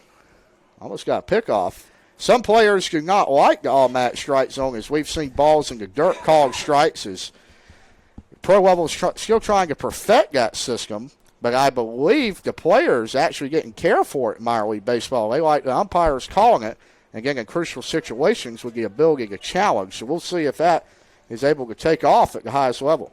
And that really parallels other sports, right? The ability or the structure of having human umpires, referees, officials, and then the ability to go to video review for a challenge. How does that? Swing and miss in the dirt. First base is occupied, so it'll be no throw. No throw, it'll be an out. I wonder, and remind me of this or tell me this because I don't know, games like football, you have a challenge limit. If you throw a challenge flag and you don't challenge a call that your call that you challenge doesn't get overturned, it remains or it's upheld, you lose a timeout or you lose a challenge. Is there any type of repercussions so people don't just challenge every single call? That's correct. There is a limit as J-Matt will. Looks like that's just a wild pitch, I believe. Absolutely. Murphy thought it hit him. He's had a pretty busy afternoon out there in center. I'm not sure if he thought it hit him. I think he was just trying to do the right thing, get out of the way of a potential throw from Seth down to second base. Appreciate that good sportsmanship. We talked about some unwritten rules last night up here in the press box of baseball. Me, being a bit of a basketball guy, was unfamiliar with some of those, but it seemed like he understands. It's a 1-0 pitch. Ball is grounded to Scoggins. He plays it back very nicely. Can you get through to Hobbs? Hobbs, that's his second nice scoop of the day, Mike. Yes, it is. So, folks, it's now time for your trivia question of the day. Once again, we're giving away the season passes again. You can Instagram us, you can X us, or you can Facebook us. Your Bagley Bishops won their second Division III National Championship in 1999. Does anyone out there know what the Billboard Song of the Year was in 1999? I think we have some people might not even need to Google that one. Not sure, but we're going to be giving away a prize again at the end of the year, 1999. The same year, your Bowling Bishops won their second Division III National Championship. What was the Billboard Song of the Year? We'll tell you that in the ninth inning, and start hitting us up on social media. We'll be right back.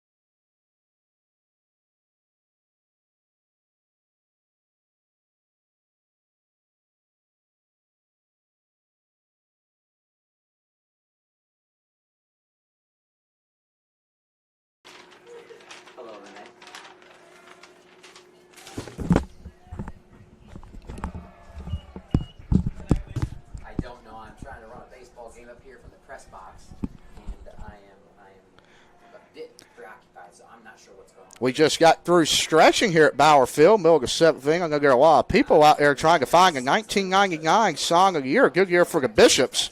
Won their second Division III National Championship. Head coach Charlie Long took over from Mike Fox, as Coach Fox went to North Carolina after a long 15-year career here in Rocky Mount as the head baseball coaching athletic director. As Bowling is now the pinch hitter for the Bowling Bishops. He's a senior out of New York.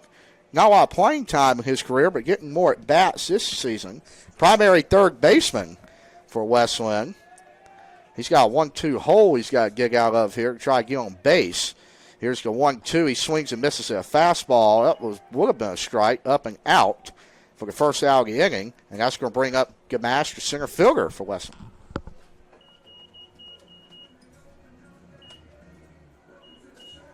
Stepping in for the Bowling Bishops, the center fielder, number 22, Travis Gamash.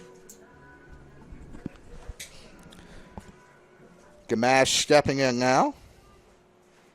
Folks, I hate to tell you on that 1999 Song of the Year, I believe Mr. Mike was born. I was not born in 1999. 2002 baby myself. June 20th to be exact, as Gamash gets barely scraped on the jersey. Bishops have a one-out base runner, and that's going to bring up the top of the order in Javi Quintana.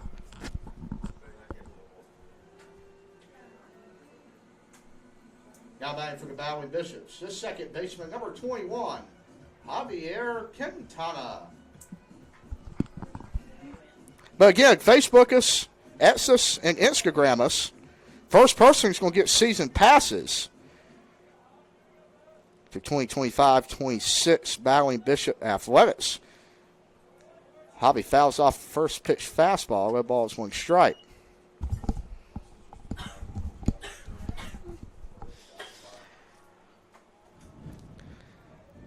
Mike, you got some throwback 90s music for us while we're talking about the 90s. What was your favorite song back then? That is a great question. I have to think about it. I know you mentioned that I might be the only one alive at that year, and you are correct, but let's not let the audience think I'm ancient up here. I think I checked in at 12 years old in 1999. Oh. So definitely not into my late 20s as you make it sound. My birth year is 1987, and that's the last time the Indiana Hoosiers won the NCAA Men's Basketball Championship. I was hoping perhaps before I got to my current age we would win it again, but that has not been the case. As we talked about, coaching change is going to occur. Maybe Chris Beard can get you one. Yeah. Yes, hopefully Chris Beard might be able to take us back to the promised land. Talk about Indiana basketball, one, in my opinion, the top three basketball venues in America. Javi hits it the third. I think they're going to call, yes, they will call Gamash out at second on the transfer, but no throw to first. Brings up Malachi Hayes. Now batting for the Bowling Bishops, your right fielder, number 5, Malachi Hayes.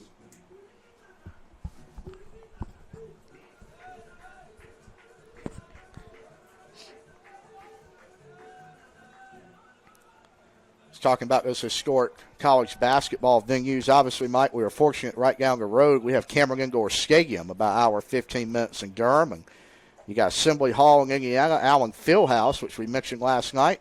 Our athletic director, Aaron Denton's actually coaching there with the UNC Greensboro Spartans. And absolutely. I think you throw in the Poly Pavilion out there in UCLA out there in Los Angeles into that mix. Absolutely.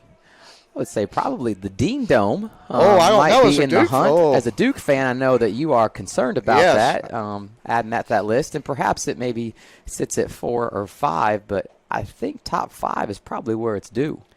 Dean Dome now expecting to get a renovation or even a new arena, from what I read. Carolina looking to expand, which I, be honest with you, against that, and went to a NC State game a few years ago. It was called the Heritage Game against Coppin State. They played one men's game a year inside Reynolds Coliseum. Talk about the atmosphere inside there. I can only imagine that. Unbelievable. How about the NC State women taking down Notre Dame? That place was packed. College Game Day was there Sunday. Huge overtime win for the Lady Wolfpack. I was hoping they'd come here after for game 2.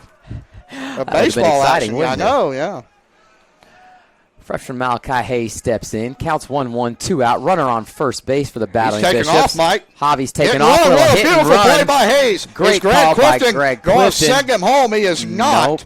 Wow, what a perfectly placed ball there from Malachi Hayes. How about a true freshman, Mike? What a big bat in this lineup. Great piece of clutch hitting there for the Baton Bishop freshman. We've talked about the large shoes he has to fill and has done admirably here in the early goings of the 2025 season.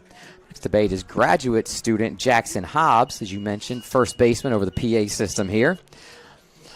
Hopefully with that runner in scoring position, he can break this deadlock we have at 3-3. Seems we're going to have a pitching, at least, visit to the mound. May have a change. Left-hander was warming up in the Gutsman bullpen. It seems like he might be making his way off of the bullpen mound. Looks like we're going to have a conversation, though. Current pitcher for the Flying Dutchman seems a bit perturbed that his head coach, that his assistant coach, pitching coach, is out there talking to him, a bit demonstrative in body language. Competitors, Baden, whether it's the Division III, Division II, junior college, or Division I level, just want to compete. That's right. A lot of great talent at the Division III ranks. Look at the transfers making noise in Division I baseball this year. Obviously, a few Wesleyan products out there, but overall landscape, a lot of great Division III baseball players, Mike. And you look at that, I think the talent at Division III, not that it was already great, it's going to get even better with the new junior college ruling that now you don't exhaust any NCAA eligibility. I think the Battling Bishops going to get some high-end talent in all sports now. Well, Baden, that's a bit of a confusing time right now in the NCAA. The case that went, I think it was the Vanderbilt, was that the Vanderbilt quarterback, correct? That was given his years of eligibility back. Really high pop fly out of bounds by Jackson Hobbs. I think that the ruling by the court judge was based upon his ability to earn money from NIL deals that he had signed and committed to, and that the NCAA could not keep him from earning that high dollar amount based upon their ruling of a non-NCAA eligibility usage. And so I'm not sure that we're going to see the trickle down that you might think. I believe that for most cases, junior college is still going to count Division II, Division III, and most of Division I outside some of those really, really high-profile $1 million-plus cases. It's hard to believe you look a guy like Cooper Flagg at Duke making $3 million a year. You would never thought that. At least me growing up watching those Duke Carolina games, big lover of college sports. It's a different time in college athletics as Hobbs swings and misses outside. Hopefully he doesn't strike out again here. Got outside pitch. It's been a little deadly on him this afternoon. Absolutely. Seems like it's been a great decision by the Flying Dutchman pitching coach to keep his initial reliever in the game. 1-2, 2 outs. Runners on the corner for the Battling Bishops. Would really love to get one of these runners across to break this 3-3 deadlock here in the bottom of the 7th inning. Got a time call. Seems like the Flying Dutchman pitcher has found himself a little bit late. Pitch clock exhausted, and that's going to move the count even 2-2. Make sure that the John Alvin scoreboard reflects that, and it does. 2's across the top. 2 balls, 2 strikes, 2 outs. Wow, a drive. Looks like it's not going to be deep enough, though. Flying Dutchman center fielder camps underneath it. As we head to the top of the 8th, we're knotted up 3-3. We'll be back after a short message from Flow Sports.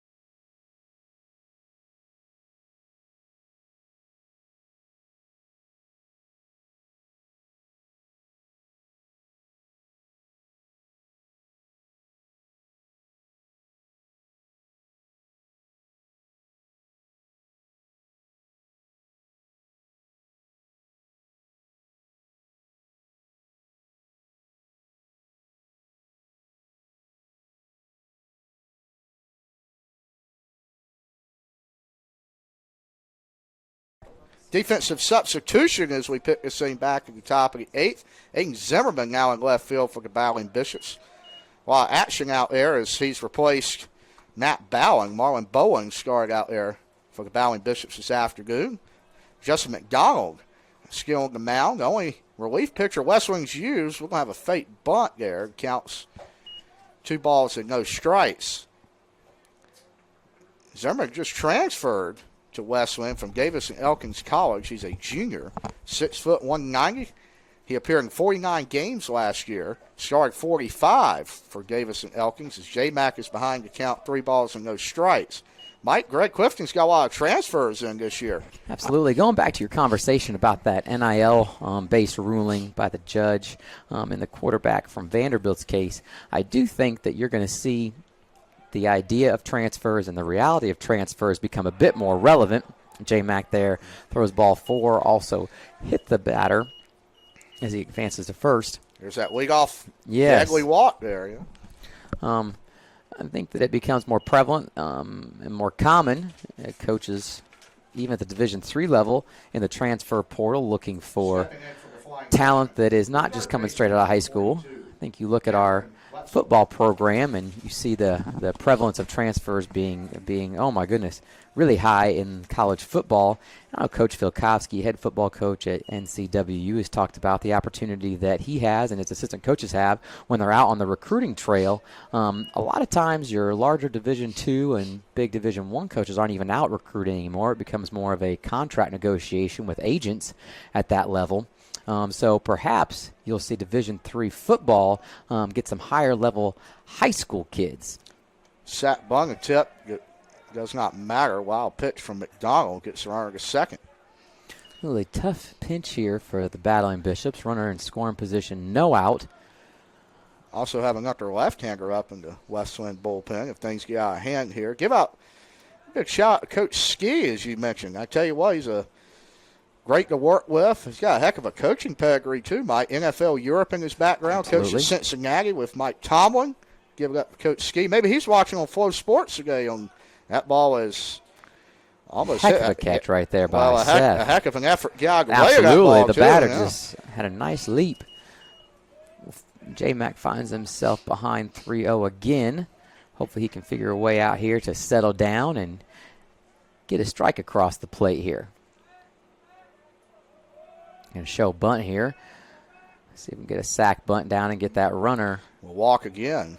Absolutely. Force out.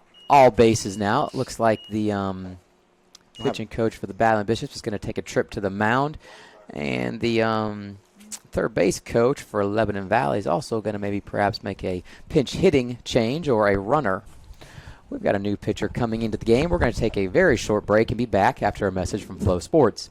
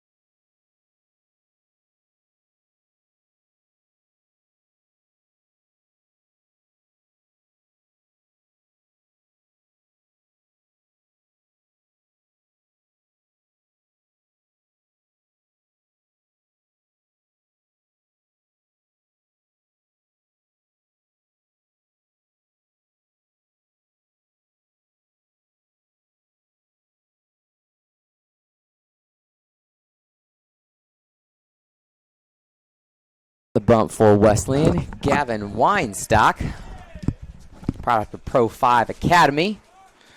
Ball's just a bit outside.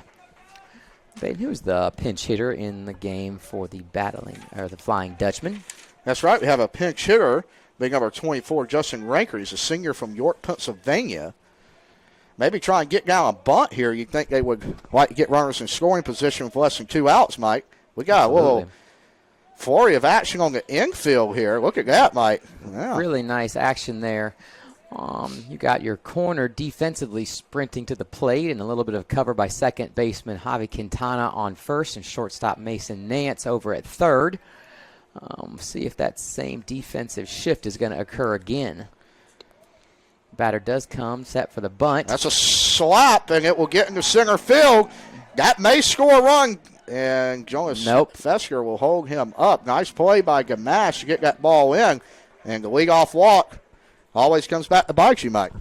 Yeah, tough situation here for Wesleyan. Bases loaded, tie ball game 3-3, top of the 8th inning here. See if Gavin can work himself into a ground ball, perhaps turn a double play here for the Battling Bishops. Now batting for the Flying Dutchman, second baseman, number 39, Dylan Manillo. Gavin out of the stretch. Came in a really high-stakes position, or high-stakes situation here for the Battling Bishops. Right, no, a little high. Just a bit high. Big hit from Ranker coming off the bench here, Mike. He was a regular last season for the Dutchman, appeared in 30 games and made 25 starts, had 20 hits, and he had 24 RBIs. So that's a big job there. Come off cold off the bench there, Mike. It's not an easy thing to do. Not at all. Great pitch there by Gavin Weinstock. Evens this thing up 1-1. Weinstock, a transfer, as you mentioned, a Pro 5 baseball Academy product, but transfer from Gardner-Webb. I tell you what, I'm very fascinated by the Pro 5 Baseball Academy and how that works. A lot of big names coming out of there. Weinstock along with Mason Botble, who's a left-hand pitcher as well for the Bishops, products of Pro 5 out of Raleigh. Mason Botble did a great job in relief. I believe 3 innings of scoreless ball last night in relief of starting pitcher Preston Wortman. They got the first win of the season on his record and the first win for the Battling Bishops. Weinstock here looking to avoid walking in a run. Greg Clifton has now moved his infield in on the grass. The 3-1 is a walk, and Lebanon Valley has now got a lead in this rubber match. Yep, tough pitch right there in the dirt. Great job by Seth stopping it before it went back to the backstop, but ultimately with that walk did not matter. Looks like we're going to have a time called here by home plate umpire to clean off home plate. Back to the top of the order for the Flying Dutchman, the left fielder, number 11, Duncan Weir. Brings up Weir to the plate now. He's been a little active in left, along with his fellow teammate, Ryan Murphy and Singer. They've kind of held this Bishop offense at bay. Weinstock needs to get out of this jam to avoid any damage. And that's a ball in the dirt, 1-0. Great job by Seth again. Talk about that. A couple of really nice over-the-shoulder catches here by the Flying Dutchman left fielder and center fielder on balls that were really driven deep, but the speed and athleticism out there was able to neutralize it. Infield skill in for Wesleyan. Weinstock's 1-0 delivery is a fastball right over the heart of the plate.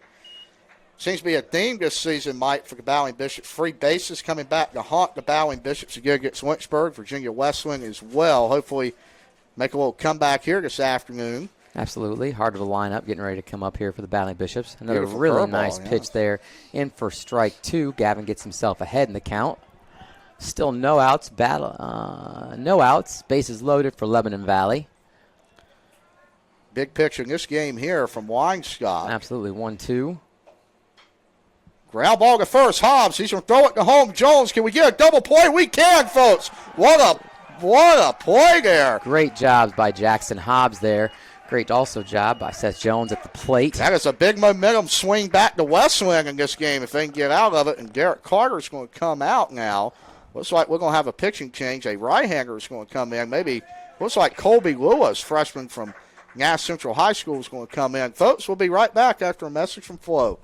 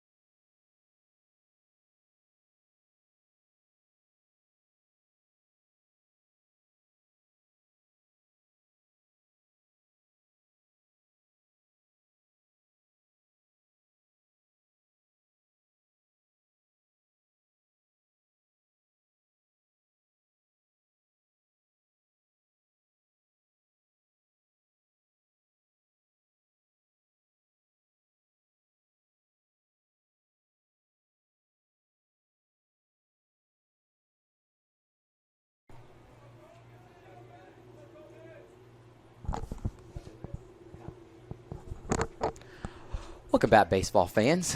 Relief pitcher Colby Lewis, freshman out of Rocky Mount, North Carolina, in the game for the Battling Bishops. First pitch called ball, must have been just a hair bit low, as it seemed like it was over the heart of the plate there. The Battling Bishops had an exciting out at home plate, throw back from the catcher to the first baseman to get the batter for a double play there to stave off the Flying Dutchman from scoring another run.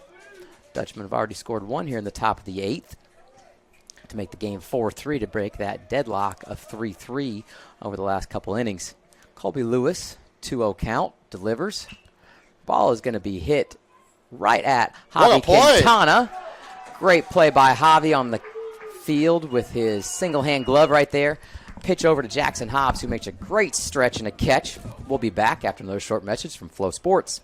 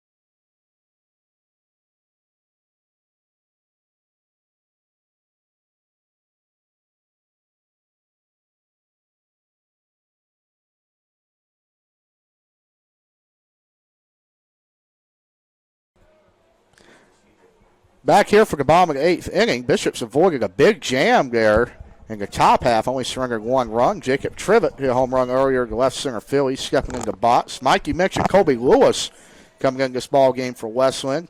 Talk about his length. 6'7" freshman from Nash Central High School, local product from Nash County. Also was a two-way player. Had a, listen to this, a 0.25 ERA his senior year with the Bulldogs. I know that was a recruiting target that Coach Greg Clifton, pitching coach Derek Carter were elated when he decided to come to Wesleyan. He had some other opportunities and options out there, but decided to stay home. Hits one again. That's a deep ball. That's going to be a Tyson Bass type swing over the trees in left field. My goodness, Jacob Trivett. With one swing, we are back deadlocked again. 4-4. Battling Bishops at number 20, Jacob Trivett. That is his third home run of the season. Mike, what a shot. I bet that went 450 feet to the soccer field there. My goodness. That was driven deep, and the minute it left his bat, he knew it was gone. Pointed back at the dugout saying, let's go, boys. Bishops at third baseman, number 28, Colin Scoggins. Mike, we've had some impressive players come through Wesleyan recently. Davey Morgan, Tyson Bass. That was a Tyson Bass S. homer. But I'm not sure we've seen one that far up on the tree line there, my friend. What a shot. Absolutely. That was driven deep, as you mentioned. Not necessarily good or bad, but we're very still out there, no wind blowing in, so he got a hold of that thing and just drove it. I don't think he'll be seeing a pitch down the middle his next at bat. No. I'm sure he's going to make Scoggins hits it to third. Oh, yes. So the Bishops have another base runner. That's the second error of the afternoon over there at third. Do you think that was an error, Baden, or was a hit? That was a sharp shot hit down there. We'll have a conversation between the official score here in the box, and we'll let y'all know what that official score decides.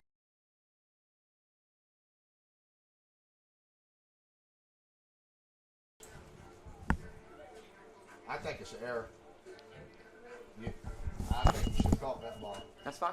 I have no problem being wrong. I'll hit that ball you 50 times. We can change it. You should have caught that ball. That was hit right at him. I'm not going to disagree with you. That's the second error.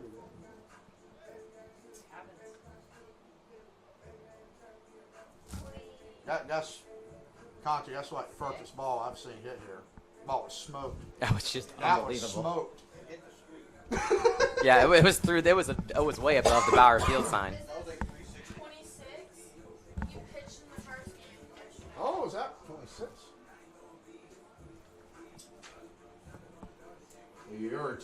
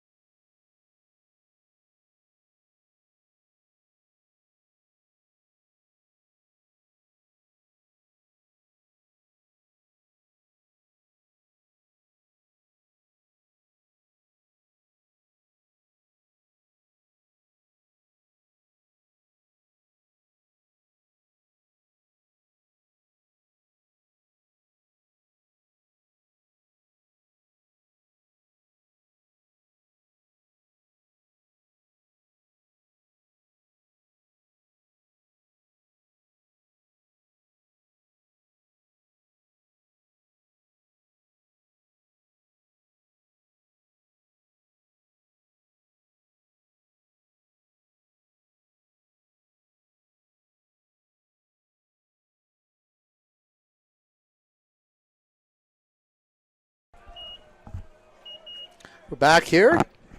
Lebanon Valley going to make a pitching change, Mike, after that home run.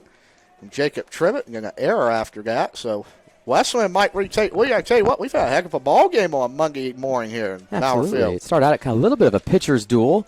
It got a little wobbly, especially for the NC Wesleyan pitchers. Oh, that is a We're gonna pitch clock have violation. Another pitch clock violation.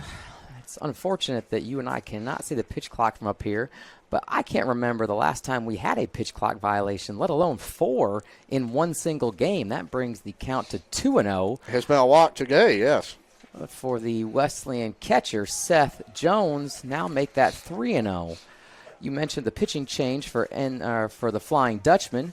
Official score Madison Morrison here notified us that the pitcher on the mound currently was also the closer in Game 1 of this 3-game series. There's a strike there, 3-1. Lebanon Valley does not need to get Jones on here, Mike, because coming up you got Mason Nance, the shortstop. He's pretty speedy. Greg Clifton may try a bunt here in the bottom of the 8th, get a little action going. Absolutely. A lot of bunts in this game. Both teams trying to figure out ways to manufacture runs. There's the walk. It's going to be a walk. Yes, it is.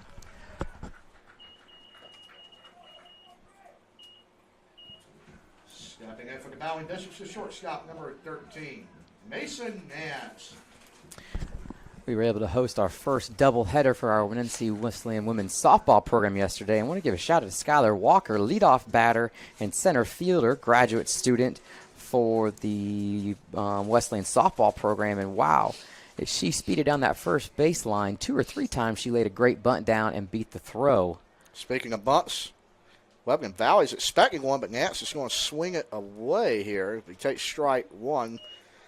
As Madison was talking about, Mike, with Williams being a closer in game one, he actually got the first win of the year on opening day. He went an inning last night and only gave up 1 unearned run and 14 pitches thrown. So how about that? Pretty good start Pretty to awesome. his year. As Nance about took one Off the chin. Yes, he did. Golly. Got out of the way. Great reflexes there. Lost his helmet as he jerked his head backwards, perhaps a little whiplash. Talk about Skylar Walker, Mike. You know, we've seen a lot of baseball and softball here at Wesleyan. I don't know if Yes. anybody's ever had more triples than her. Every time she's Wow. up at the plate, a threat to go to third.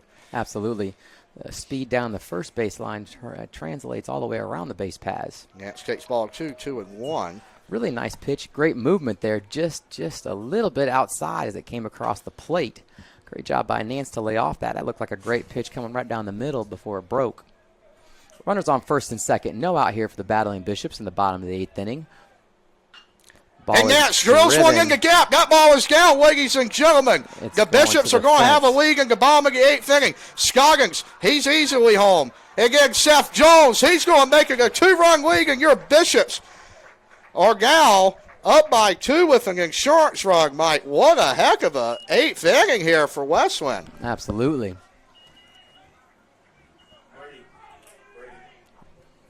Brady boy.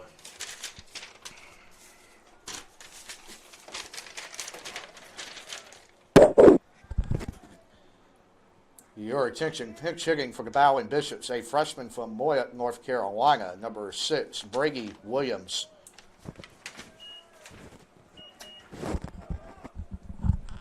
Brings up Brady Williams to the plate now. He's going to pinch hit. It's a freshman from Moyock, North Carolina.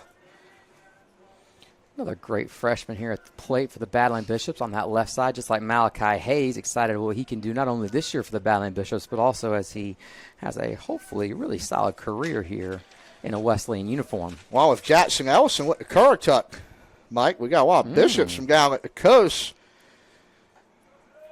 It's a ball. Lebanon Valley going to play the corners in, it appears here. Tell you what, a big offensive explosion here in the 8th inning. Hopefully Colby Lewis, if Garrett Carter decides to bring him back out and close this one out for a series win. How does that sound, Mike? If you're a Battling Bishops fan, that is some much needed good news. Been a bit rocky here if we started the season, but as Coach Greg Clifton spoke about multiple times throughout his previous 2 months, Battling Bishop baseball is young, trying to grow. There's going to be some growing pains, some learning experiences, and it seems like the Bishops are at least growing. Not an easy schedule to grow with, taking on the number No. 9 team in the country. And then you got to go to LaGrange, who's always a threat for the College World Series this weekend. Along with the midweek schedule, you got 2 top 15 teams, Randolph-Macon, Christopher Newport. Bishops see them every year. Always very competitive Absolutely. in those games. Bit of a trial by fire, not just for the young guys, but for everybody on the roster. You talk about those growing pains for Wesleyan. They may have some of those. They have some talent, Mike. You know, you look up Absolutely. and down the lineup here at the freshmen. Take a look at Brady Williams. He had 337 his senior year at Currituck and 83 at bats. So a lot of these guys Coach Clifton's bringing in, whether that be through the transfer portal or true freshmen, really getting it done in high school. And if you get them about a month or 2 in college baseball, by the time conference rolls around, they're going to be a dangerous team. Absolutely. Like we're going to have a visit to the mound by the Jonas Flying Fester, Dutchman yes. pitching coach. He's going to make a change to the left-hander. Absolutely. We're going to take a short break here from our Carrier Flow Sports. We'll be back in a bit.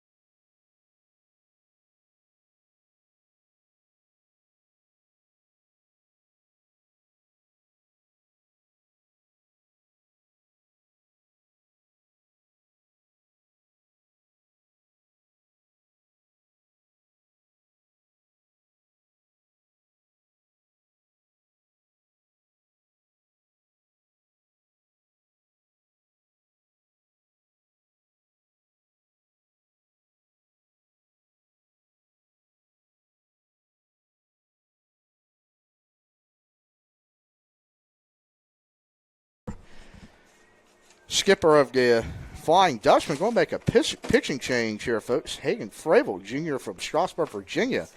You want to step on, Mike? You don't usually see a pitching change on a 1-2 count in college baseball. No, you don't, but it's almost like you want to get a little lefty versus lefty matchup, right? That is correct. William, oh, a nice catch in the bullpen there. Was that Mason Bottle? I believe it was Mason Bottle. I believe it was, too. Seated on the wooded yes. bench, didn't even move. Got to give a shout-out. If you look beside the bullpen, Mike, how about that old-fashioned Fenway Park-looking scoreboard over there? Pepsi Cola proudly displayed up top. Born in the Carolinas. Almost makes you want to get a slice of Pizza Hut. One of the official sponsors of the Bowling Bishops. We got Pepsi Cola. Absolutely. Nothing better with a slice of pepperoni za, as they say. Washing it down with a cold, iced glass of Pepsi Cola. That's right. Big shout to Pizza Hut on Jeffrey's Road. Been very kind to the Bowling Bishops this year. Now the official pizza of Wesleyan Athletics. That ball is well over Williams' head. And that is easily a wild pitch. It's going to bring Nance around the third, 90 feet from making this a 3-run ball game in the bottom of the eighth. Absolutely. Talking about food, want to give a shout-out to Aja Jones, a resident work-study student here at NC Wesleyan. Appreciate her dropping off some popcorn to the press box. That's right. Keeping us well-fueled as we drive into the bottom of the eighth inning. If you're a Wesleyan fan, you hope only 3 more outs. That ball is going to be skied again down the left field foul line. Yep. Great chase given by the Flying Dutchman third baseman. Attempted to make a basket catch over his shoulder, just wasn't able to corral the ball. 3-2 count, no outs. Runner still in scoring position on third base, and Mason Nance for the Battling Bishops.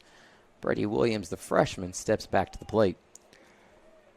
Talking about popcorn, Mike, I think it's time to get some Cracker Jacks out at Bauer Field this year. That was a treat, them little mini bags we had. I enjoyed them.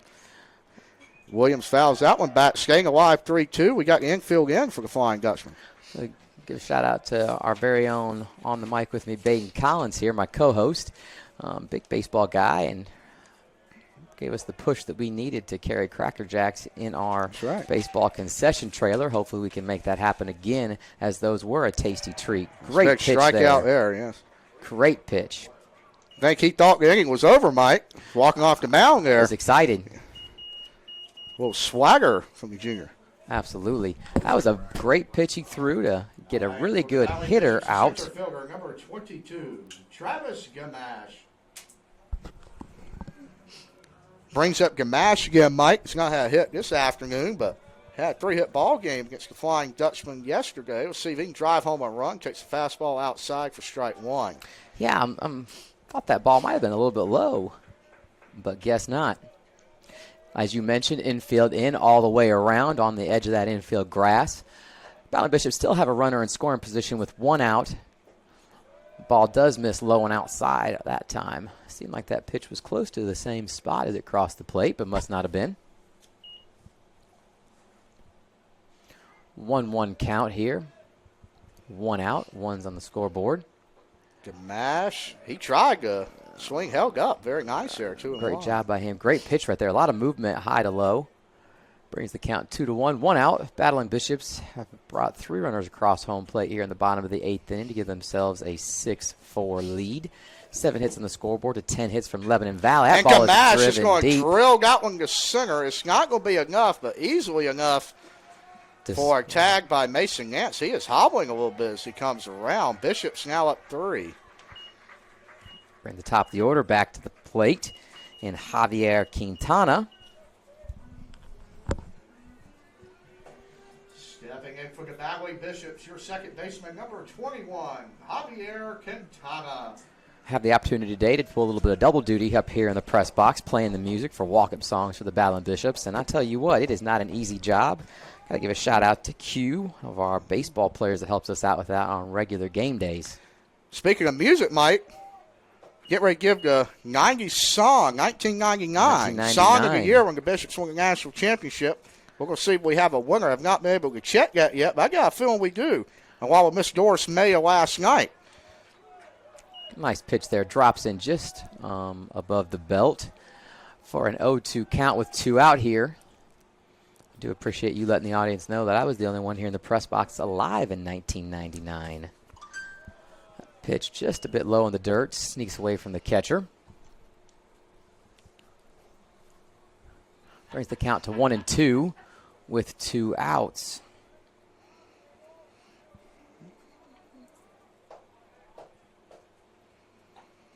Ball high and inside. That's going to even the count up 2-2 with 2 outs.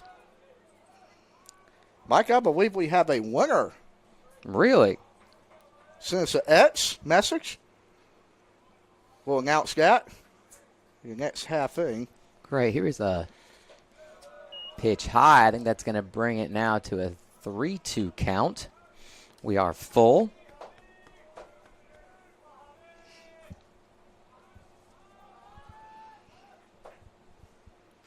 Fouls that one away. Great job battling that high and outside pitch off. Javi Quintana, senior second baseman for the Baton Bishops, started his career at third base. And then in the absence of Davey Morgan, Coach Clifton moved his sure hands over to that second base position. Defensively, still a dynamic player at the plate. That ball is driven deep. It's going to hit the clubhouse. But it is just a fair bit foul down that third base line. I hope they got showerproof windows over there, including Coach Clifton's truck parked down there every day. That would be a bad loss if one of those windows had a hole in it when we got done with this game. Mike, we got to give a shout-out. Got a word that Mr. Curran Campbell of Chapel Hill's watching. He's done some on-air announcing for us. He's going to be here on on Wednesday against Hampton Sydney, Mike. We got to give a shout-out to Jay and Curran this afternoon. Excited to have him here. He's done a great job volunteering with the athletic department here at NC Wesleyan University. A gentleman that went for and graduated with a degree in broadcasting. That's right. His talent's off the charts, and so if you have struggled through my commentary, be prepared to have a great experience when Curran steps on the mic here in a couple days. Might be a baseball history lesson for some of us. Absolutely. That'll be awesome. I believe I will find myself tuning in on Flow Sports just to hear that banter back and forth.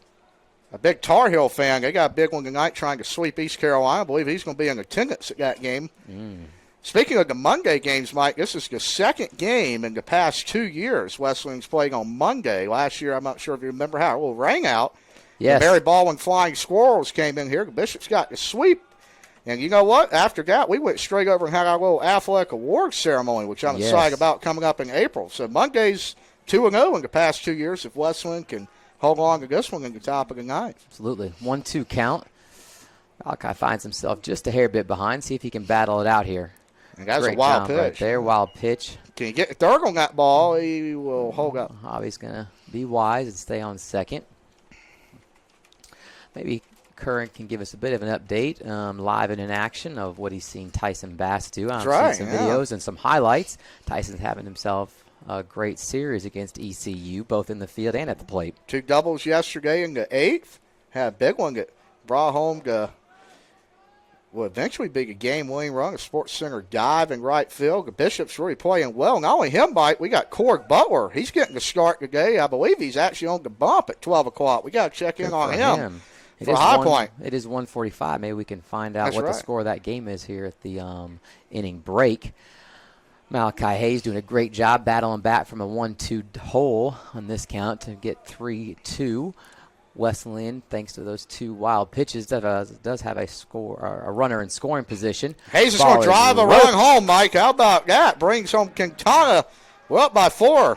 Absolutely. Great job there by Malachi, getting himself to a favorable position in that count. Got himself a pitch he could work with and got around on it and drove it into right field. Now batting for the Valley Bishops, first baseman number 15, Jackson Hobbs.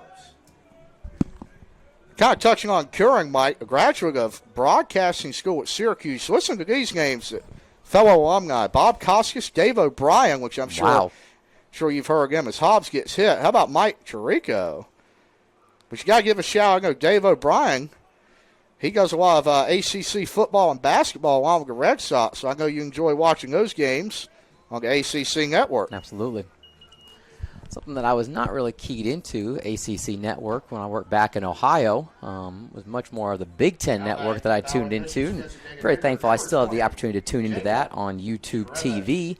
YouTube used to be our former carrier for all of our home athletic games. They still are for conference tournament action, though. Absolutely. Great thing to point out to our viewers.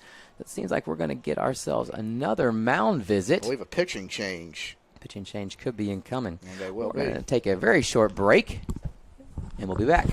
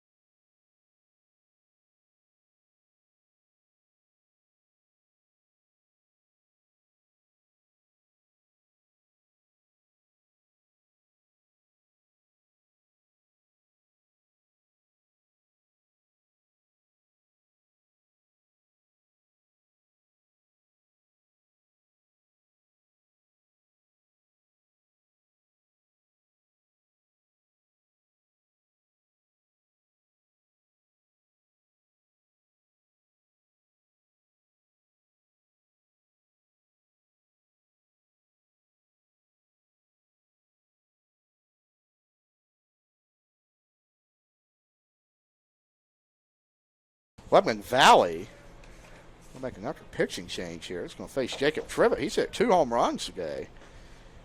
Not giving him anything close. The ball is outside. 1 ball, no strikes.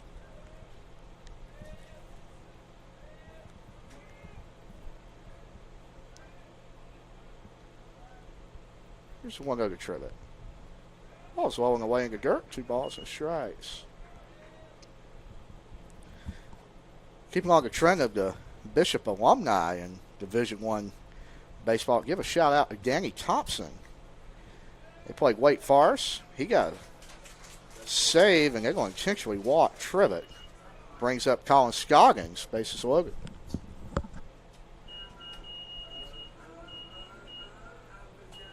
Now batting for the Bowling Bishops, third baseman, number 28, Colin Scoggins. Colin Scoggins getting a bases loaded opportunity here. Gets a curveball inside. Correction, he called that a strike. Disagree with that one, 0-1.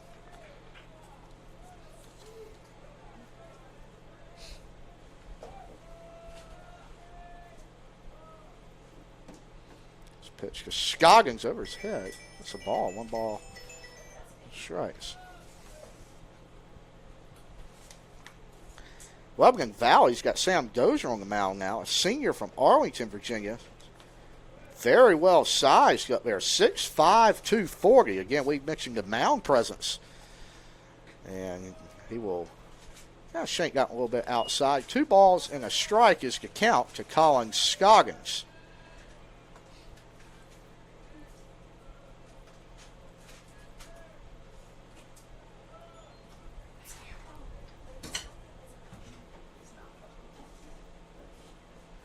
2-1 pitch. Gets a swagger. He's going to foul out on the way out of play. Counts even at 2-2. Mike, I know you're excited. We got a big tennis match tomorrow. You know, I've always found incredible about tennis. How about when they scrimmage? 6 hours. 6 hours. How about that? That is quite unbelievable. Excited for that. Also, the women's tennis team gets their opportunity to open their season up a little bit later on this week. Both, I believe, are picked to take home top spots in the USA South Conference tournament. Men have won 15 straight years in a row. Going Heck of a for program 16. for Albie Bryce. Absolutely. We got 3-2 to Scoggins. The runners will be moving, and that ball is inside. And the game is now slam-proof, folks. 5-run advantage and a 6-run eighth for your Battling Bishops. Stepping in for the Battling Bishops, your catcher, number 46, Seth Jones.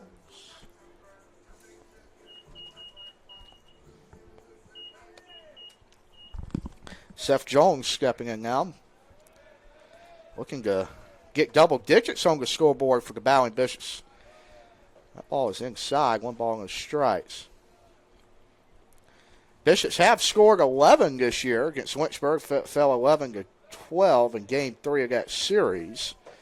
It was a heartbreaker for the Battling Bishops. Was. Very competitive series, however. Step for Absolutely. step with the Hornets. Number 9 team in the nation. Second game that we dropped 4-3 could also have gone either way. Talked about those growing pains, trying to find themselves at the plate. 2-0 count here. Looks like may walk in a run. So we mentioned a much-needed momentum shift for Wesleyan.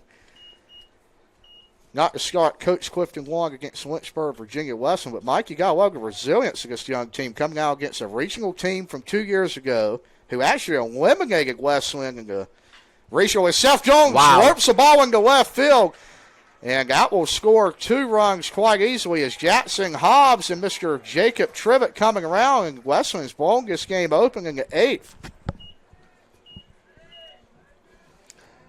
Mason Nance steps to the plate. Starting shortstop for the Battling Bishops. Got back for the Battling Bishops, the shortstop, number 13, Mason Nance. How about that? 3-0 pitch with 2 outs, Mike. Hamburger into left. I tell you what, the offense really showing out today. And not only that, early part of the season. How about 11 against Lynchburg? And they're going to possibly match that today. Ball's outside 1-0. Just a bit outside. Nice curveball there. Great movement, just missed. Kind of touching on the talent that Greg Clifton brought in. Let's talk about the man himself. Greg Clifton in his 7th season here with the Battling Bishops. Came from Faith Christian School, won 2 North Carolina Independent School Athletic Association state titles there. He's really, in a way, rejuvenated this baseball program, Absolutely. Mike. Back-to-back conference championships. We've got many players in Division I. We've got many All-Americans. Look at Tyson Bass last year. You had Cork Butler, both first-team All-Americans. And how about Davey Morgan? He was a two-time All-American. And listen to this. If you thought Coach Clifton's resume was only here at Wesleyan, how about this? At Faith Christian School, Mike, with a very small population of over 500 students. Yes, sir. Landon Root, product out there, is now has a potential, from what I hear, to start on the weekend for the San Francisco Giants. So how about, yes, how about that? Would be very impressive. Brady Williams up to bat. Get to listen to the Brady Bunch theme song. Seems like there might be another meeting of the minds out at the mound, this time just between the catcher and the pitcher. There is another arm warming up in the Lebanon Valley bullpen. Very fun walk-up song here for Brady Williams. As we mentioned previously, believe the upperclassmen get to pick the freshman walk-up songs. Brady keeps playing like he's been playing. He might be able to get that thing swapped out for something a little more appropriate by the end of this year. Maybe the 1999 Song of the Year is coming up in the next half thing. We got a winner on that, folks.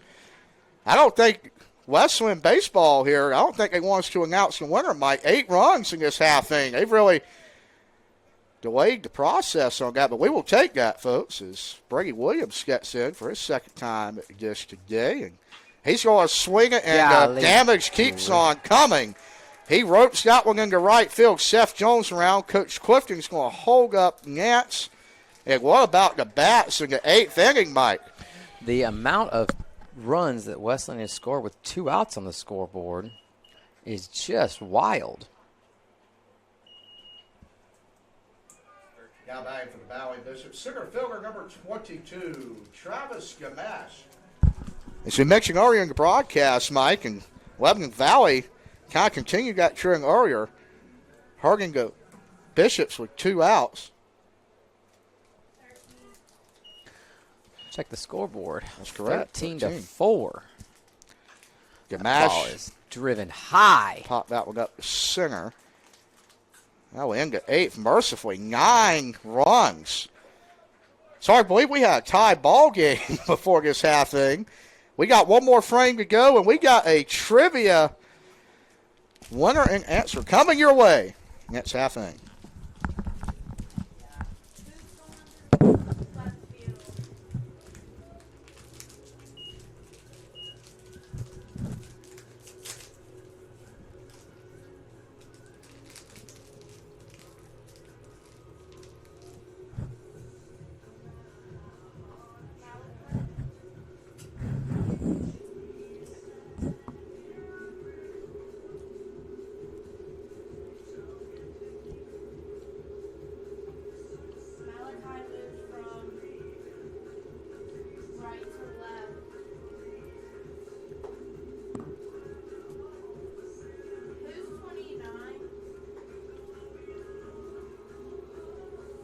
For Wesleyan? 29.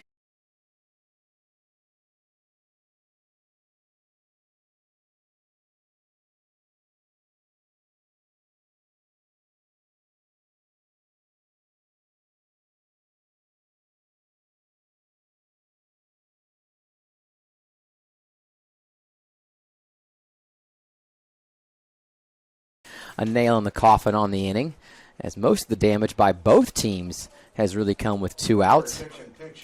First 2 runs for Lebanon Valley, first inning and top of the second inning, came with left-handed batters at the plate, driving that ball through the gaps at short and at second into right field and left field. We'll see what the Lebanon Valley batter can do here. 2 outs, runner in scoring position on second as Colby deals pitch 1. But very close. Very. Ball 1. Big bats today for the battling Bishops. A heck of an 8th inning's going to probably seal this one up, Mike. You look at the line sheet today. How about Jacob Trivet? He had 2 home runs, 3 hits, led the way offensively, and that's going to be ground to Nance if he stays under it. That's going to end this ball game, folks. Battling Bishops on a 2-game win streak and take the series over Lebanon Valley.